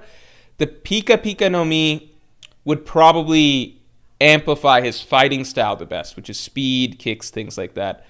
I personally lean towards Mera no Mi for this. I want to because like I think I want to prioritize fit a tiny bit more here because like the Mera no Mi fits his character really well and makes him a lot stronger. The Pika Pika no Mi probably makes him even stronger, but I think doesn't fit his character quite as much. I can go with the poll. Mera is boring, not gonna lie.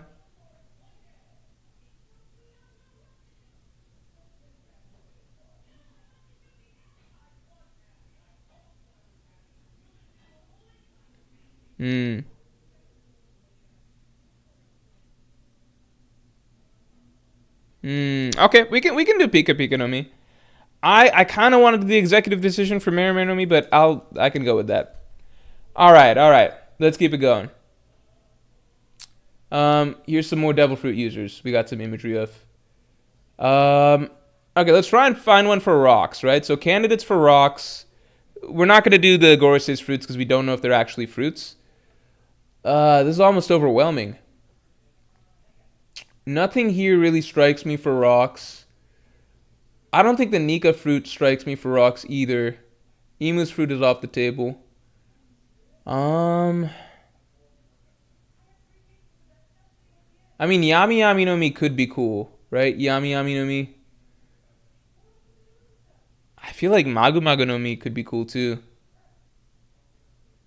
Because rocks does have a bit of an explosive temper. Magma fruit's obviously very strong. Nothing crazy here.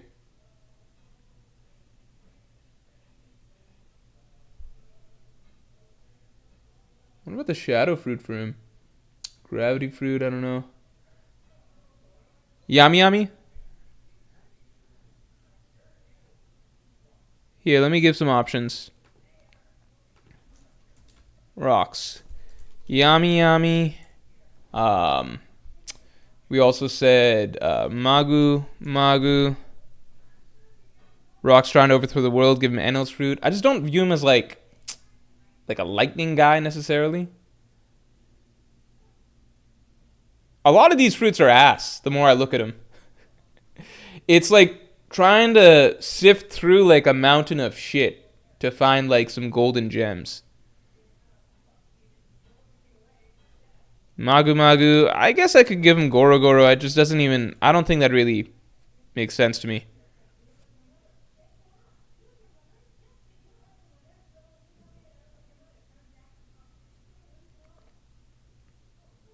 People are really pushing for the Mr. Five fruit. I just don't think that that's. I think that that's not good enough to make the cut. I think if we were to give the Mr. Five fruit to somebody, here, I'd give it to Usopp. Bomu no Mi. I think that's perfect for Usopp. I think that's the shit that he needs. I think Usopp really went off base with the whole plant shit. Pre-time skip, Usopp was all gunpowder, explosives, smoke screens, things that actually do damage really well. Post-time skip, it's like, oh no, flower number 84 did minimal damage to a fucking ancient zone Tobi-Roppo. How did this not work? People are leaning Yami no Mi. Why do people feel so strongly about the Goro no Mi for him? Is it just because the Goro no Mi is strong?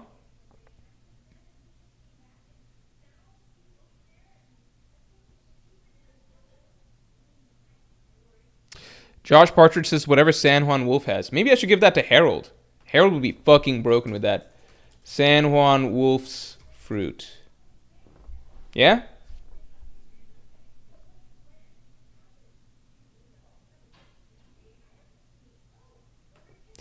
OG3 says the plant shit makes no sense thematically and the aesthetic is lame as fuck. Yeah, there's just no saving points for it. Like, there's no, yeah, there's just nothing that's like a sort of like saving grace aspects, you know? I guess thematically, if you really wanted to stretch, you could say like, well, it's because Usopp's about growth, so he got plants or some shit. Like, it's about him growing. But then I'm like, well, then is fucking Green Bull about growth? Is Sommers about growth? It seems kind of random. And it's just like he never fucking used anything remotely close to that pre-time skip, you know? Actually, maybe Green Bull will grow a lot. Who knows? Skylar H, thanks for the 2. Hi, Morge. Did you consider Oven's fruit for Sanji? That would be good too, but people turned down the Mera no Mi. So if they're going to turn down the Mera no Mi, I imagine they're not going to be jumping at the... I imagine they're not going to be interested in the fucking oven fruit, which is like a toned down version of the Mera no Mi, you know?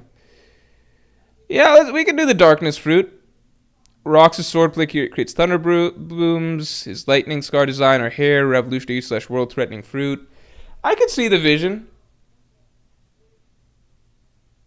I mean, it's like you could argue it's just like a really strong fruit, so obviously it would be cool if he had that.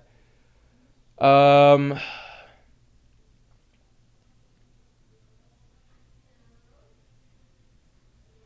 then what about like Kaido's fruit? I feel like Harold could get Kaido's fruit. Here, hold on. Yeah, let's take a moment. Hold on. Harold's fruit. Oh, Harold. Okay. San Juan Wolf fruit. Kaido's fruit.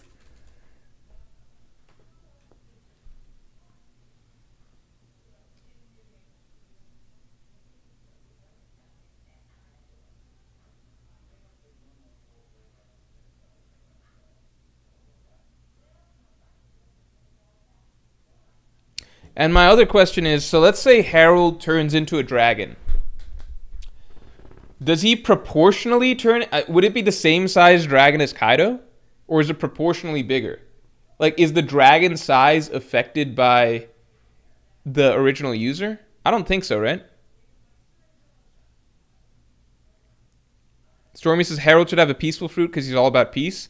That's only recently. I think for the first couple hundred years of his life, he wasn't really about that.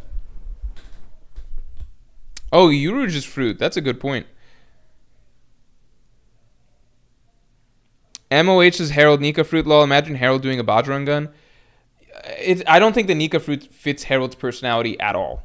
At all. So I want to go with fit a little bit to a degree. Yeah, Giltan, good point. Momo's the same size as Kaido. Yeah, so it wouldn't be that different. It would be the same thing.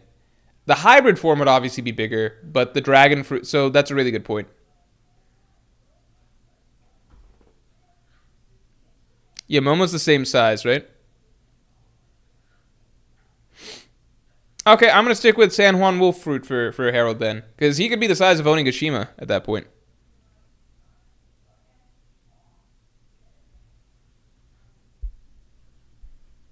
Alright, continuing on. This is actually really fucking hard. Because the good fruits... Here, let me do a little word... No, I don't want to do... Hold on. Okay. Who sticks out for you here? Who sticks out for you? The Nika fruit obviously sticks out. Opi Opi no Mi. Nothing else really here. I think maybe Yamato's fruit could go to somebody. We're not even talk about Imu's fruit. There's no point. These are some good ass fruits. We just don't know what some of these are. Oh, I forgot about Aokiji's fruit. I think Rayleigh could get Aokiji's fruit. Can I give Rayleigh the what is he? I think that's fair, right? If we cross off some easy ones. I feel like that's cool. Give that to Rayleigh, or maybe we give that to Ben Beckman or some shit. What else we got here? What else we got? I'm trying to see if there's like some genius fruit for Rocks that we're all just not thinking of. Something perfect for him.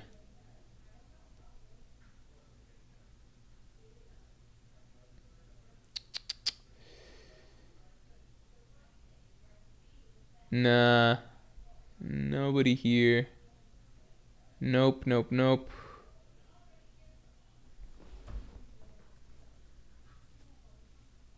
Anything really good for Rocks here? Is this even all the characters? Yeah, some devil fruits are really ass. Some devil fruits are truly terrible. I can see what... You know what? Part of not wanting to eat a devil fruit is maybe sometimes because like you don't know what you're going to get, right? That's a big part of it. I think Oda should have maintained that as part of the story. Like a lot of characters are hesitant to eat a devil fruit because they don't know what it is. No, but then you have to sometimes just have characters be able to know, right?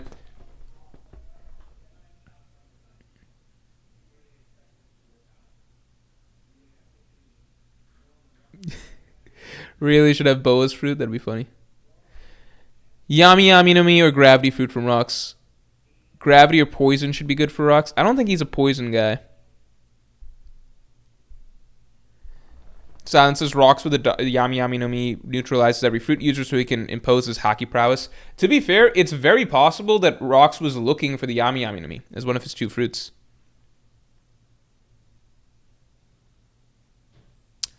Whitebeard's fruit would be perfect for Rocks. Just look at his sword style. I mean, I know that. I made that whole theory way back. I even theorized for some time that like I was like, if Rocks is reincarnated in the modern day, like a lot of people believe that at the start of Rocks' backstory, that Oda's setting up to bring Rocks back because Rocks was inside Blackbeard's body. I was like, oh, he'd be a perfect user for the Guruguru no Mi. Time fruit. Rocks deserve to be Nika, let the man be free. I don't know if any of these characters deserve to be Nika. The closest I can think of in terms of personality is Roger, and even Roger is not quite that dude like that. Fujitora's fruit could be really good, yeah. Okay, let me do one more poll for rocks. Because I think Guragura no Mi is also perfect for him. It's his fighting style blasts everything away. So let's go. If we give Garp the strength fruit, we could give rocks the Guragura no Mi. All right, let's try. Let's ask about that. What's better? Give Garp strength. Garp strength. Rocks Gura. Garp keep Gura. Rocks something else.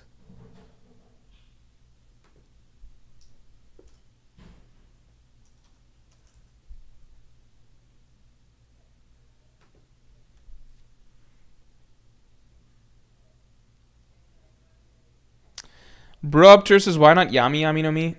I don't think Rocks is really a darkness dude. He's kind of a good guy. And it's not just that. It's just like I think we associate the Yami Yami no Mi with him because of his son. Rocks has a different type of fighting style, right? Like it does feel, I don't know.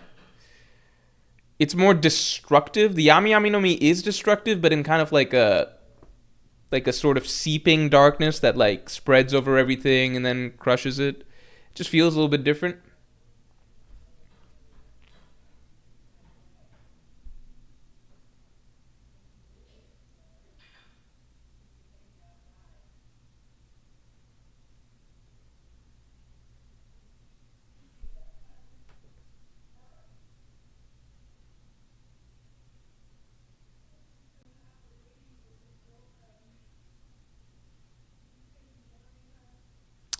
Garp strength, rock Sugura. Okay, we're gonna go with this. We'll go with this. Garp strength fruit.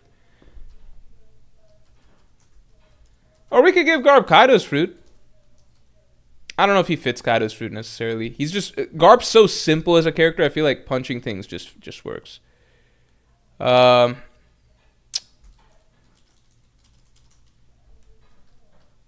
Garp was like the OG battleship bag trainer and everything like that. All right. Let's get into what are some other easy ones? What are some easy ones here? Easy pickings.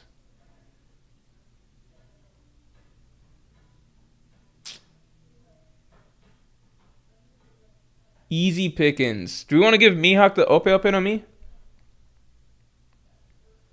What else works for him here? I think Mihawk wouldn't be happy having a Devil Fruit, but the Ope Ope no Mi is the one that clearly lends itself to cutting, right? Do the character's weapons get the Zoan Fruit? No. Oda said he'd give Zoro Kaido's fruit as a sword.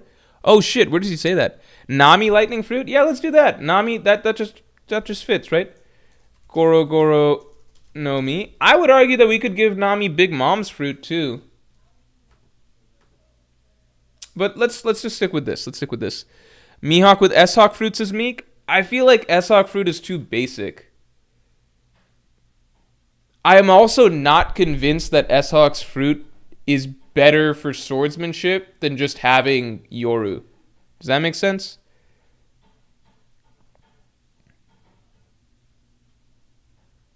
Shanks lightning fruit would be cooler. I could see, I mean, Shanks already does a lot of black lightning shit.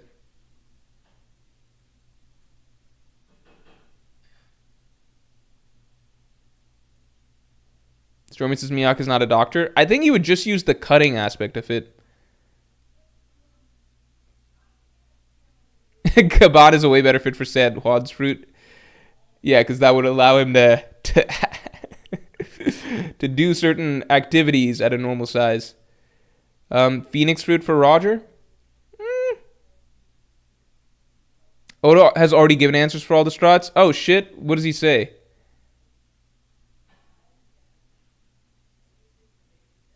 No, Nami should have the lightning fruit. Yeah, I agree. Yeah. Mera Mera no Mi or Nika fruit for Roger. I could give Roger the Nika fruit. I don't think he's as perfect of a fit as Luffy, but I think he'd do a good job.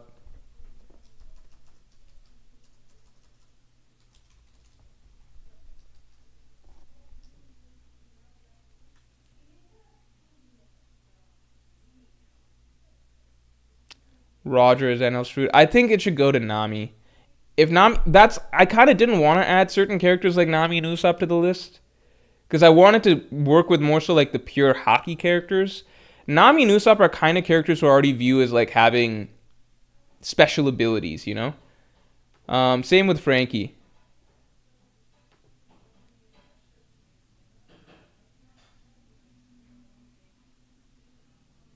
Flame Fruit for Roger. Flame Fruit is so weak though. I think that Volume 98 SBS. All right, let's take a look.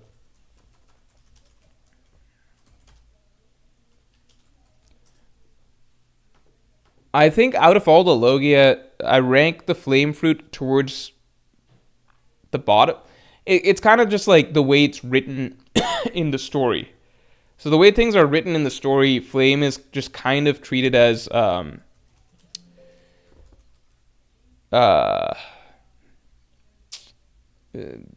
like Flame is kind of just treated as like an everybody has it kind of ability. So everybody's got some, like, you look through a lot of these characters we haven't seen fight that much, but out of the characters that we do see fight, lots of them have like flame attacks just casually, and then at the same time, lots of characters deal with fire pretty easily. Like fucking Kinemon can cut fire, Zoro cuts fire. You can kind of imagine like any half decent swordsman past a certain point can deal with fire personally fine.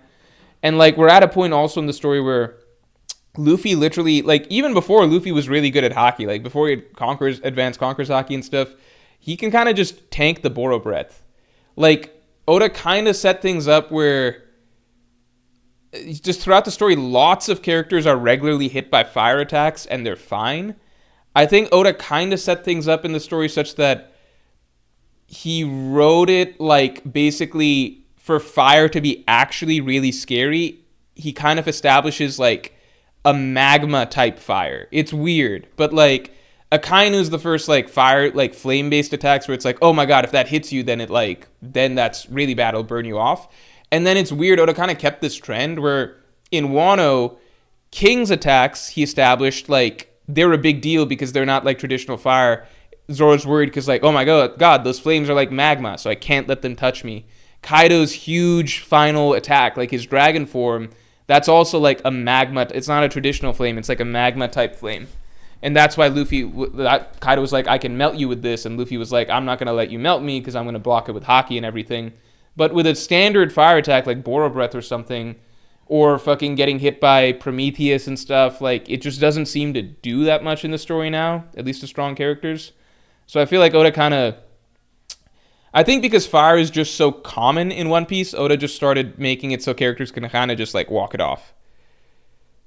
Not really an ostrich. Thanks for being a Pirate King to your member for 7 months. Nami should have Oven's heat fruit because she knows how to create any weather phenomenon with it, including lightning, just by manipulating the heat in the area. That's very true, but I feel like it's also even better if she can just straight up create lightning without having to do the extra steps, you know? So I think the Gorogoro Nami is even better for her. And what was really interesting is that if you go back to Skypiea, the only character out of all the Straw Hats who successfully defended against Enel's lightning at all, the only character in Skypiea in general who did was Nami. She was actually able to like kind of deflect some of Enel's basic lightning attacks, and Enel was surprised that she was able to do that. So Luffy doesn't count obviously because of the rubber stuff. King G, thanks to the 5.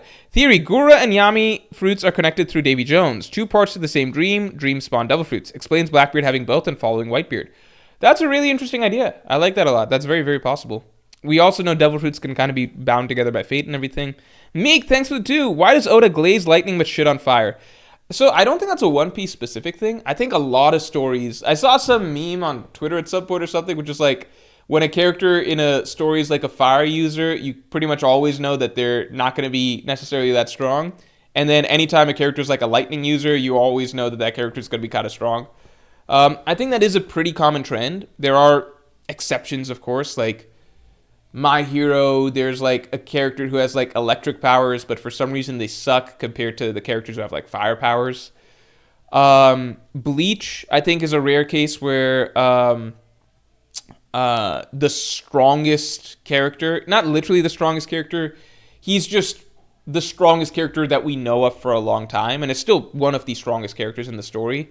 Kind of the OG old man figure, right, is just a straight up fire user. That's kind of rare.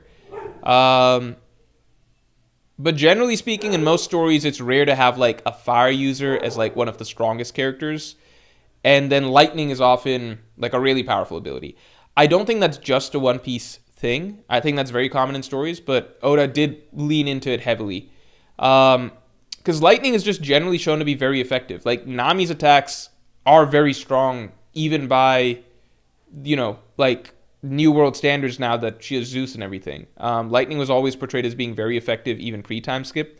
You could argue that pre-time skip Nami had the most firepower out of any of the Strahds thanks to her lightning abilities. Like lightning was one of the few things that just straight up damages the pacifista. Like lightning was one of the few things that just straight up stops Ors in his tracks. And that's just Nami's lightning and stuff. Yeah, I think when an ability is rarer in the story, like fire is just very common. I think at a certain point, Oda just started writing it so like everyone can do fire. Like even characters that don't even make sense. Like why is Luffy able to create fire with Red Hawk underwater? Why is he able to create fire in general? And why is he able to do it underwater? It doesn't matter. Now Luffy has fire attacks and stuff, Yeah, Bleach is the only story I can think of that off the top, I guess aside from like Fire Force, where it really, really likes fire at the top end of the spectrum. Like even not just Yamamoto, but like even Bosby and shit like that. Dude the Swoot says Full Metal Alchemist Mustang is pretty brutal fire. Yes, but that's only because Full Metal Alchemist has like a very, very low ability ceiling in general. So like that's a world where a lot of characters are just pure physical fighters. Like just come in, punch kicks. Maybe they can create like a staff or some weapons or some rock attacks and stuff. So that's a verse where, because it's such a street, it's almost like all characters are like street level or like a little bit above. Street level is maybe an exaggeration. Some characters are stronger than that obviously, but like that's a universe where fire becomes very useful because like he's the only character that has this sort of like powerful elemental, just like offensive attack. Whereas everybody else is playing with like sticks and metal and everything like that, so it becomes a little unfair in that universe.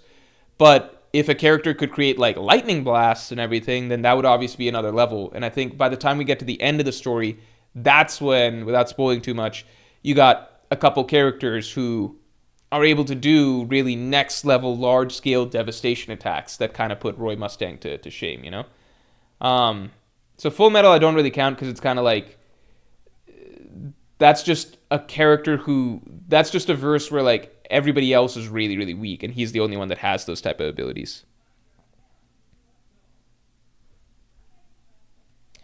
Yeah, street level is an exaggeration, but it's like it's also not far off. Like I can imagine Spider-Man defeating what's his name, Scar.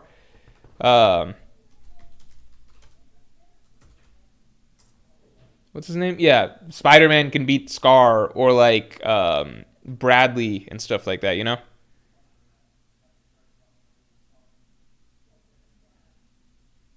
Scar had lightning? No, he had like disassembly abilities. Not really like it's not like he was shooting lightning blasts at people, which is what we're kind of referring to here. Potato Lover 273 says lightning is just shiny fire.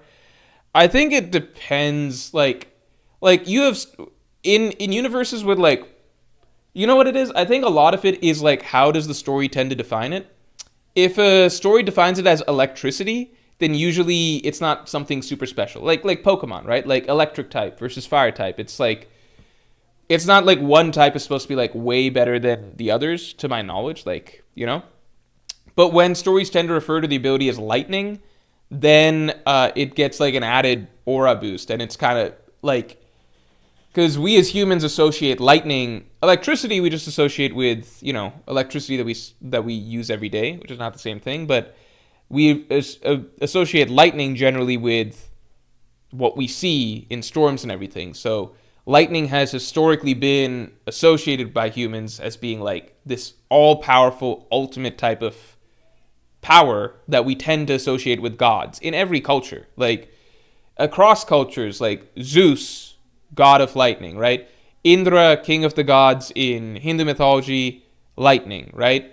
Fucking the Judeo-Christian god, very often people talk about like him, like I might be struck down by lightning if I commit this blasphemy and everything. Lightning is associated with like this next level power because it's something that all humans universally experience. Like when the weather gets really bad and everything and a bolt of lightning strikes, it's so powerful that it like resonates for miles and miles around as this like rolling great force of thunder that we can hear.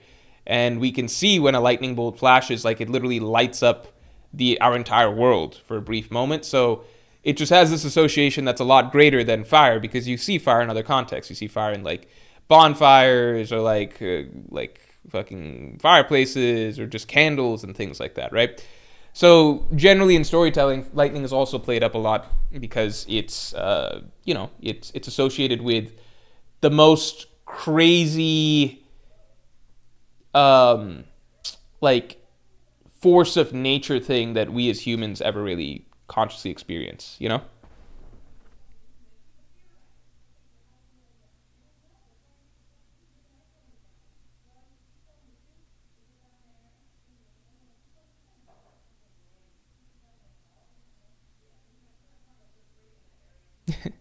Demonio says also lightning is just better than fire at its own ability, lol. Yeah, that's a really fun fact that I think a lot of people maybe don't know, or maybe people do know, but I do think it's an interesting fact that lightning is hotter than pretty much all fire. Lightning is also hotter than the surface of the sun. It's kind of crazy. Yeah, we could. Henchme976 with a good point. We control fire, not lightning, so lightning is more divine. We control electricity now, but yeah, no one can control like actual bolts of lightning. And historically, we could create and control fire, but we couldn't do that with lightning. Anyway, let's get back to this. Odin. I don't even know what fruits to give some of these guys. Let's see. Yasop, let's just give him fucking Van Augur's fruit. Teleportation fruit. Zoro. Gaban. Fuck. Man, this is hard. This is really hard. What do I give Odin? Like, a lot of these guys they just use swords. So, like, what are we supposed to do with them? Fujitora should be a good fit for one of them, right? Logically. Oh, wait, the Strahd SBS. The Strahd SBS. Let's see.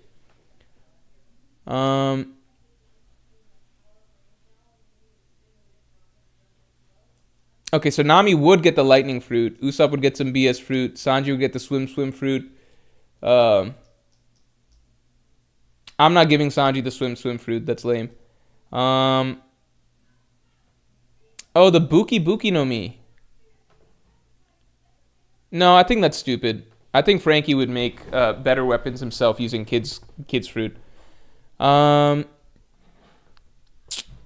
would want the sword to turn into a dragon. That's an interesting comment. Does that mean we want to give Zoro the Kaido fruit?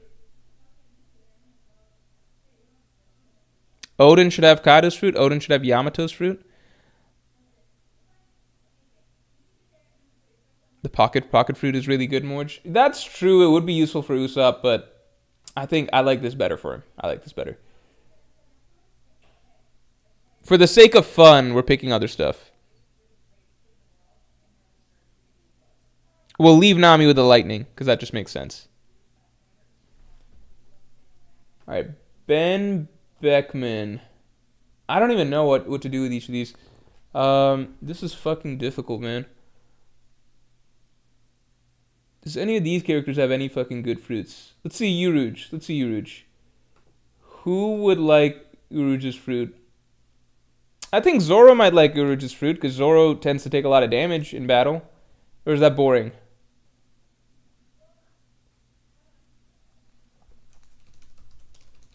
Is that good? Could we do that?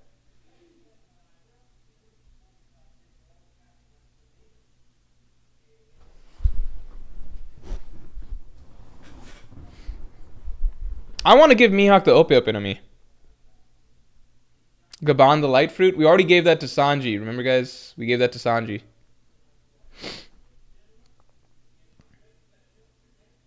Kobe needs a Logia because of future Admiral.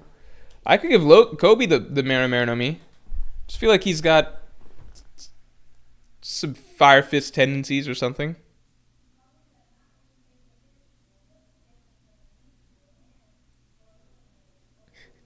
Give Ben Beckman Hancock's fruit? Sure. Vero, Nobi. I don't know if that flies. Gabon Fuji's fruit? Is there somebody else that might work better for the Fuji fruit? I don't know if Gabon fits. I feel like I want to give Gabon some Logia, but I don't know which Logia. Or a mythical Zoan. Maybe the Phoenix fruit? Shanks, we could. How about we give Shanks the Phoenix fruit because Shanks is often symbolized by Phoenix or something. Or is he? Maybe the anime just did that. Kobe the Buddha fruit? Yeah, I'll give him the Buddha fruit.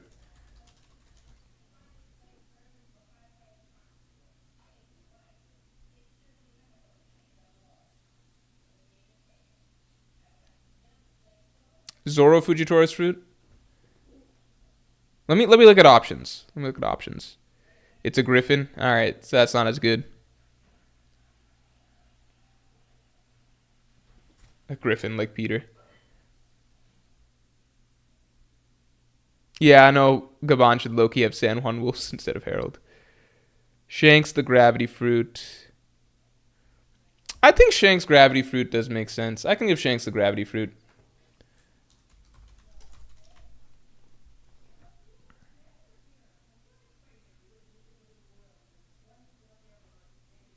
Zoro Green Bull's fruit because hair and only drinks. Beckman should get Baby Five's fruit. I guess because Ben Beckman uses multiple weapons. Baby Five's fruit. That's a stretch. We're also just getting to the to the shitty fruits now. I mean, Ben Beckman, we could give him some really good fruit, but like the Mago Mago no Mi doesn't fit him. Gaban, should I give him the Marimar no Mi? Can I just give Mihawk the Ope Ope no Mi? Like he can cut, so like I feel like that he would love that. He can cut everything.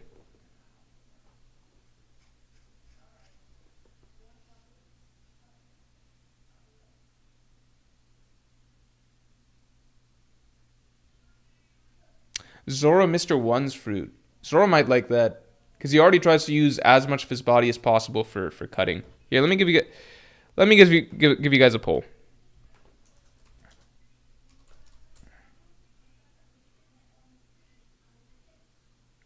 Chatty Daddy says he's not a doctor though, but the effect is the cutting effect is the main one that stands out, right? And Law mainly uses it with the sword. Um, oh, the string fruit is a good one. Can I give Gaban the string fruit? OG3 says Mia can already cut pretty much anything though. Yeah, so giving him like a fruit that even like allows that even more. I don't know. Ope no Mi. Or sorry, no. We can rediscuss Miyak's fruit in a second. Mr. One's fruit.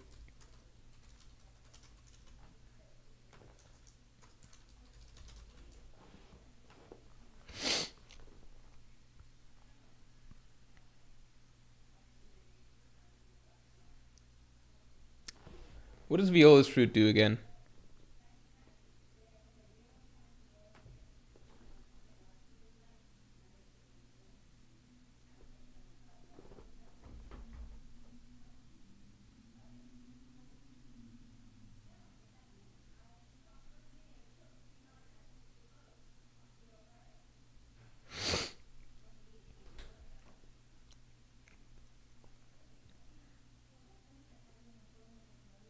Do we even know if Yuru's fruit would work with swords? Well, Zoro takes a lot of damage. Like, he gets hit a lot, you know? Viola does clairvoyance. Okay, let's see. One Piece Viola fruit.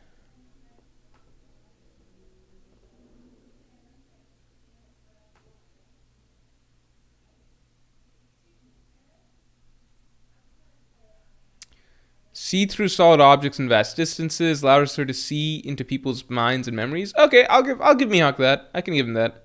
Well, I'll do a poll. Okay, people do lean towards Uruju's fruit for Zoro. If people give me more ideas, we can do that. Gobbledy's Nuts says, pumped to watch the Nuggets this season and 7-6 Wemby. Do you ever shoot hoop? I've not played basketball in a long time. Since 2020? Since 2020? And I never played a lot. My friend got me into it much later in life. So then the last time I only ever played like random pickup game stuff with him. And I think yeah, it was really just mainly just it was not good, but really just the COVID year. That's pretty much it. So I haven't played in a long time. I would like to maybe get back into it, but I feel like I'd be really bad now.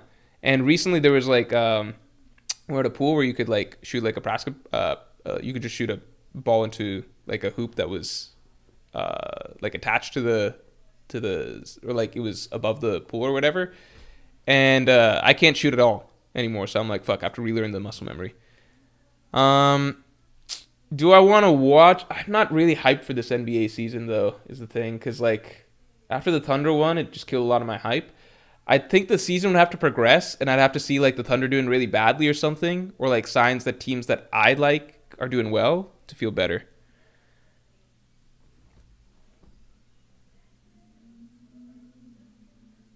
Andrew Anami says Morge has been washed ever since he hurt his shoulder and Achilles. No.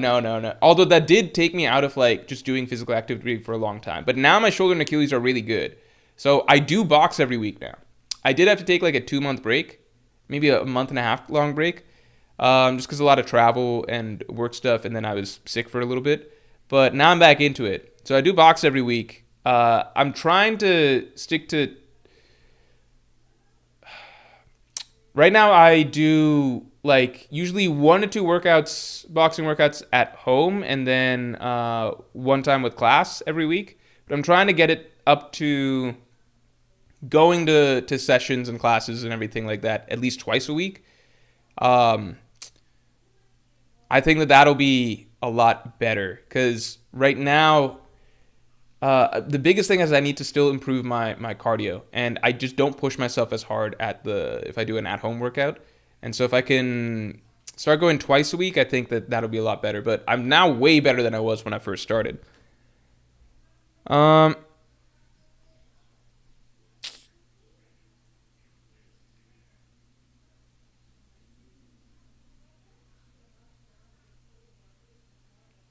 Yeah, I heard Wemby got taller too.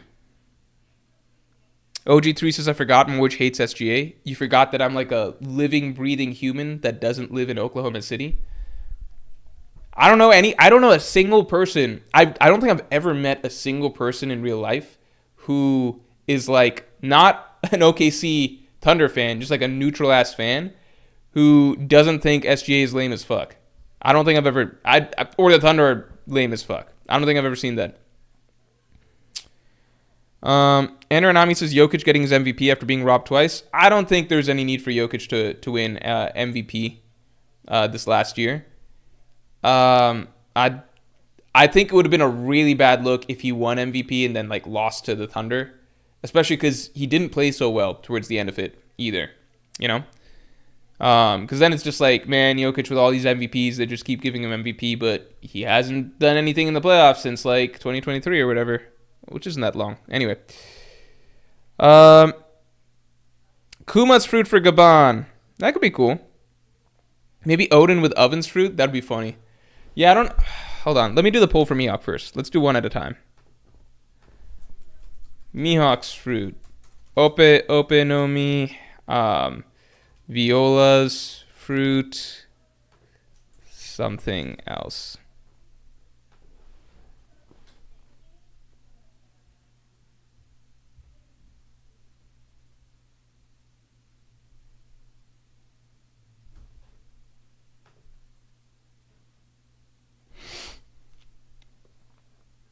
Oh my god, everyone's saying something else for Mihawk. All right, what then? What's this genius fruit that fits Mihawk?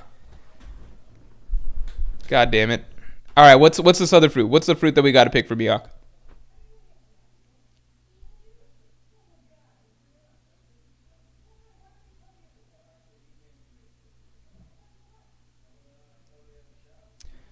Mihawk Karasu's fruit. Mihawk Kizaru fruit.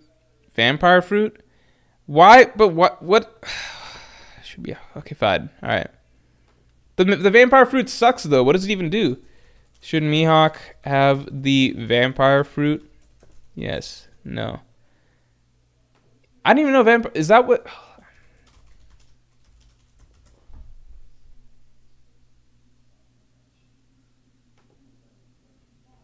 What's its abilities?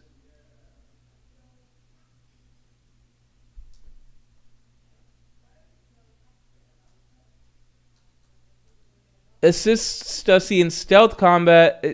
What are the abilities? The abilities don't do jack shit. Yes. Oh my god. This is fucking stupid. This is fucking. I don't know if people are trolling or not. What the fuck? Just for aura purposes?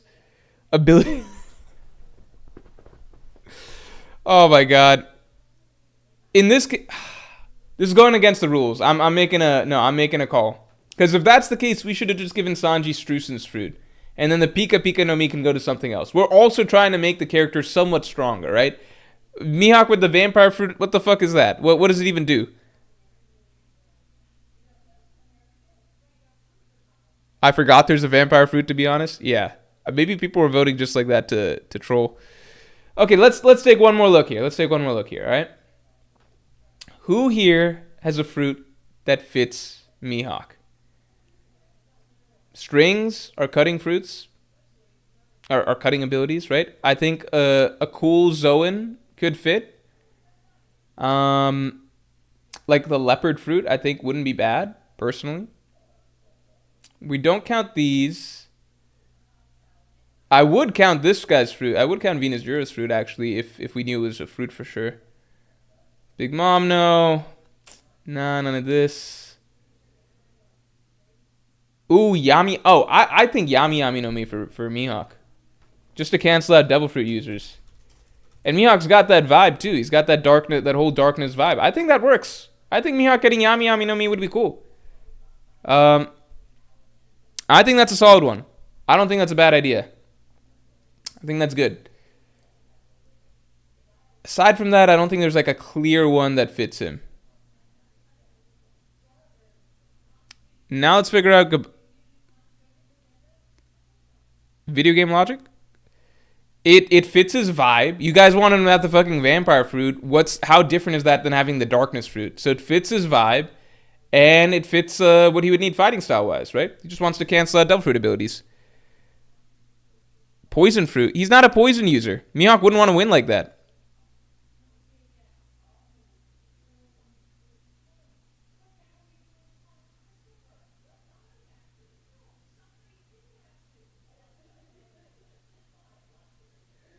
Mihawk doesn't use his hands though. I'm sure he could find a way to make it work with his sword.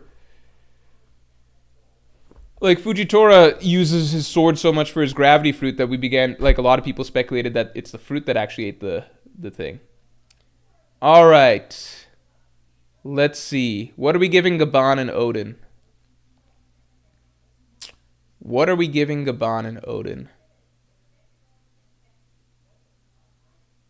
I could see giving Odin the Mera Mera no Mi. I feel like we could give Odin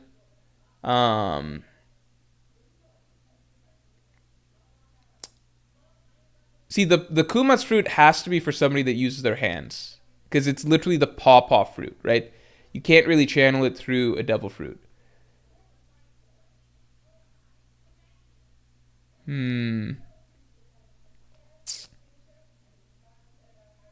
Gaban. What if we gave Gaban Viola's fruit? Because Gaban is a future. Gaban's got really good observation hockey. Odin Yamato fruit, protector of Wano. Odin's not really an ice guy though. I don't really get that idea.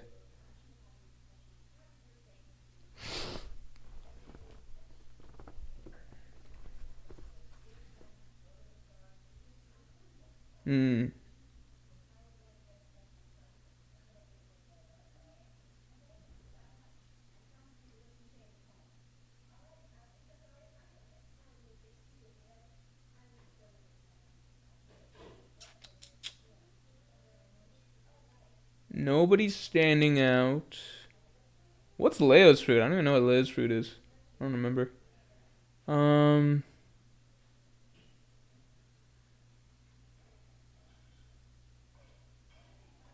You know, we could have given Usopp Kanjuro's fruit. He would have done pretty good.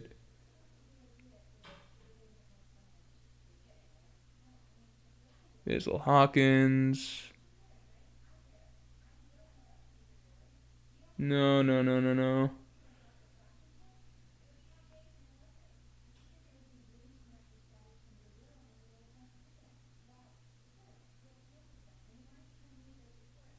New Pink, Monet, Monte, Trouble. These fruits are ass.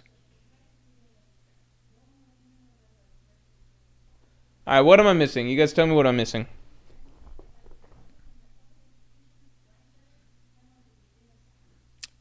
Odin Brooks fruit? Odin gets the oven fruit? I could just give Odin the Marimar no Mi. I feel like that'd be fine.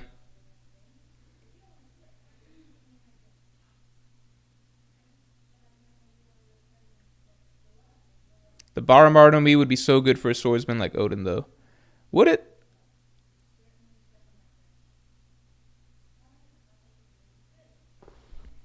I guess because you avoid other swordsmen's attacks, so that is really useful. Shit, should we give that to Mihawk then? Nah, I like the fruit egg. I'll give Odin the Barabar no Mi. But does it fit his character? Matt DeCaro thanks for the 2. I think you're underestimating Ivankov.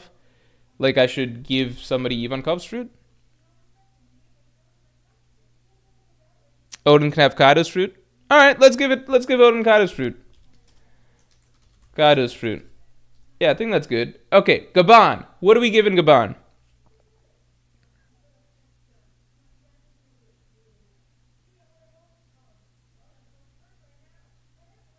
What are we giving Gaban?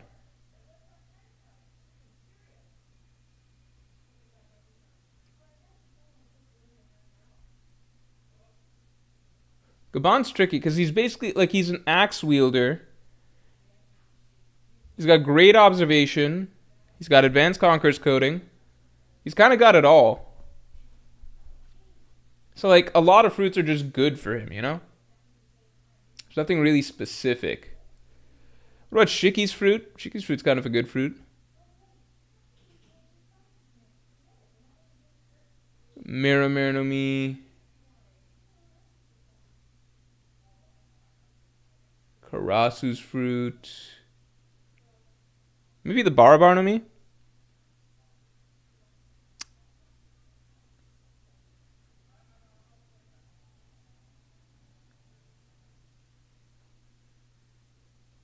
Lucci's fruit? Katakuri's fruit? Morge gives Zoro the Hana Hana no Mi for 9 swords. That'd be funny because like Zoro gets one of the most useful fruits of all time and then just uses it to hold more swords. He doesn't even need it because he has Ashura, right?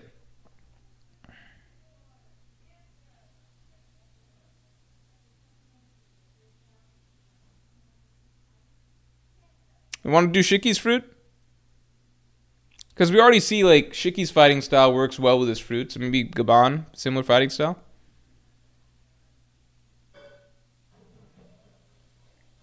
Could also consider the Barabar no Mi for Gaban, right? People are saying Lucci's fruit. But yeah, I guess because of the speed. Okay, let me give some options. Hold on. Is there anything else that stands out here significantly? Man, some of these fruits are bad.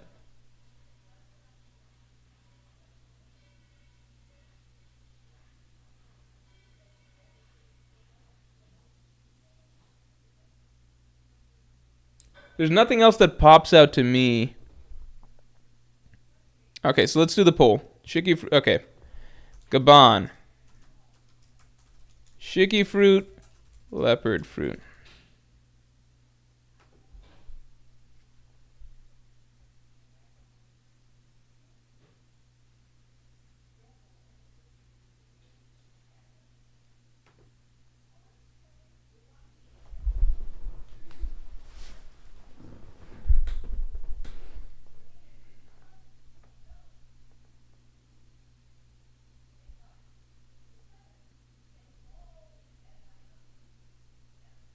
Levitate enemies into axe throws. Yeah, I think Shiki's. I hope we get to see Shiki fight more in this flashback because his fighting style on manga would be really cool to see, like on paper.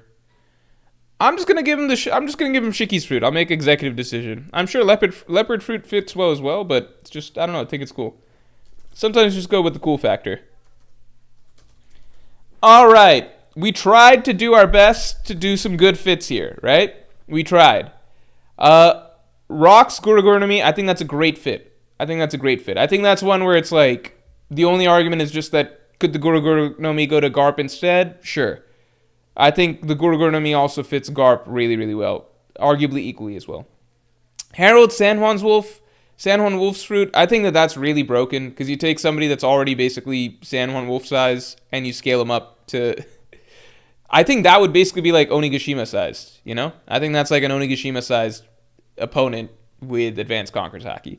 Roger Nika fruit, I don't think he'll use it as well as Luffy, but he's got a similar sort of like goofy style and everything. It's not the same as Luffy, but if anybody else could have the Nika fruit, it would be Roger that we've seen, right? Rayleigh, I think Rayleigh, yeah, no Mi fits his persona, fits his character, just fits everything really well, I think. An attempt was made to Zen Aranami. Yeah, that's pretty much it. Gaban, Shiki's fruit. I think I'm just basing it off of Shiki's own fighting style, and I'm like, that kind of lines up with Gaban, so let's see. Odin, Kaido's fruit. Yeah, it just feels deserving, kind of. In theory, he could have killed Kaido and then taken the fruit. Who knows? Ben Beckman, Baby Five's fruit. I think we're just doing that because we don't know how Ben Beckman really fights. We know he uses a gun. We know he uses a sword or something, some sort of weapon that cut off Kid's arm. We know he's a man of some talents, right? So he uses a rifle, he uses a pistol, he uses... was it a rifle in the first chapter? He's got a few weapons, right? So it's like, let's give him Baby Five's fruit. Mihawk, Yami no Mi, I think out of all these characters, the only one that fits like a very dark, vibe is Mihawk. I think it fits his... I think you can't argue the vampire thing, but then say that the darkness fruit makes no sense because you kind of got to pick a lane then. So I think the darkness thing, I think it fits Mihawk's vibe and aesthetic and everything. And then it also is very, very useful for him in battles in that it would cancel out devil fruit abilities. So for example, he'll finally be able to cut Jozu. I'm just kidding. It was a joke. Shanks, gravity fruit. Kind of just seems to fit Shanks' fighting style already. Like, you can just think of some of Fujitori's moves, like the horizontal gravity attack that he did and Shanks' divine departure. It just feels similar. Basically, like, a powerful just addition to everything Shanks is doing in terms of his sword attacks as is, right? Yasop, teleportation fruit. Just copying Van Augur there. Frankie, I like this pick. This is the perfect pick. Just who else would use this fruit better than Frankie? Nobody. Certainly not Kid. Sanji, Pika Pika no Mi. I still argue, I think the Mera Mera no Mi is more fitting for Sanji's character, but the Pika Pika no Mi just fits his fighting style. If you were to ask what fits Sanji's fighting style the best, it's the Pika Pika no Mi. But the Mera Mera no Mi also fits his fighting style really well, and then also fits his whole theme. So I lean towards that a little bit, but it's okay. Zoro Uruge's fruit, it makes sense. I think it's kind of an underwhelming fruit, but I think Zoro, it just makes sense for the character. Nami Gorogoro, obvious. Usopp Bomobo no Mi, I think obvious. Fixes pretty much all the problems with his abilities right now. Kobe, Buddha fruit, I think that one's kind of phoned in. I think I just put that down because I didn't want to think too hard about Kobe. But I think this makes sense. Usopp's fruit to Kanjuro's fruit. So I think Usopp would be really fucking good with Kanjuro's fruit. I just think that it's too much of a departure from his actual fighting style. You know what I mean? Like, it's like using a totally different one of his talents than like sniping to be a strong fighter, you know? I guess you could argue that he would combine it with his sniping, so he would draw something and then shoot it or whatever, but I don't know.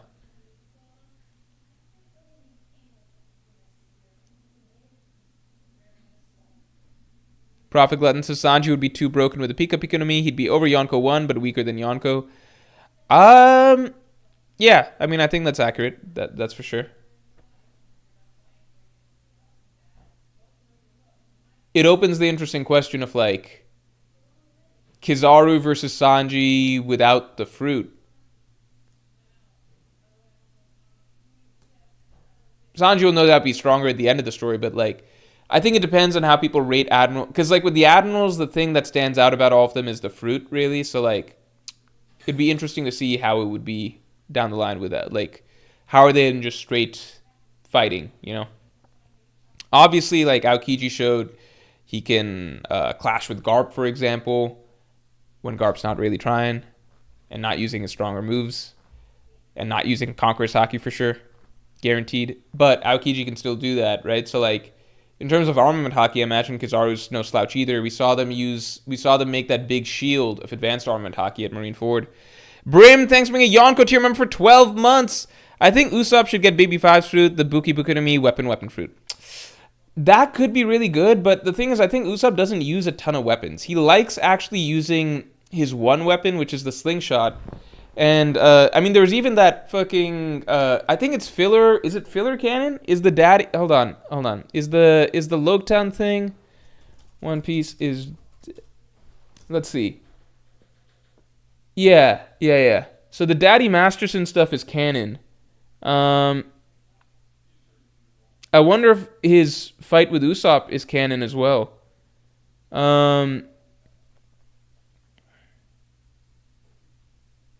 But I think what's kind of established... Well, I think Usopp's maybe not going to be as good using like other weapons as a slingshot.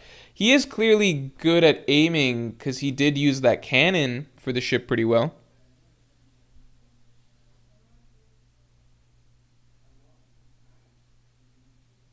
Yeah. I still don't understand the comment that I'm underestimating Ivankov because I don't know what I did. I don't think Ivankov even came up, right?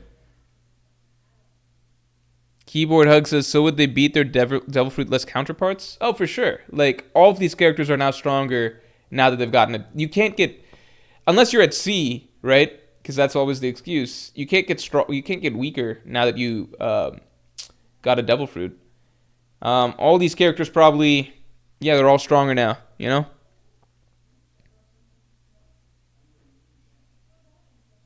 Bachara says, what about giving Usopp Slingshot a fruit?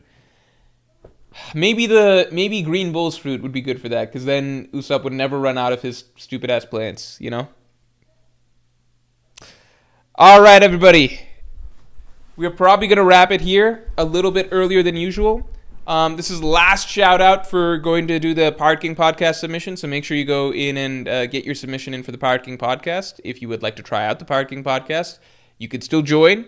Just get your submission in, and then you get access to the hour-and-a-half long podcast coming up soon, where I answer everybody's questions very, very in-depth, and they can be about anything, One Piece, other TV, movie, anime, manga, video games, to some degree real life, boundaries, of course, all of that stuff. Yeah, so if you want to join the Pirate King podcast, I'm going to go eat. I'm going to watch Lord of the Mysteries, because it's just the most beautifully animated show I've ever seen. Like, by far. I strongly recommend just try one episode. Again, I'm not selling you on the story or anything like that. I'm just saying, just watch it. Maybe get high and watch it, but just watch one episode. It literally does not make sense to me how they're able to make every single episode this production quality. It is the most visually beautiful animated experience from a TV series, from an anime series that I've ever had. It's crazy. All right, guys. We're going to call it here. Thank you all for tuning in. And yeah, with that, I will talk to you all later.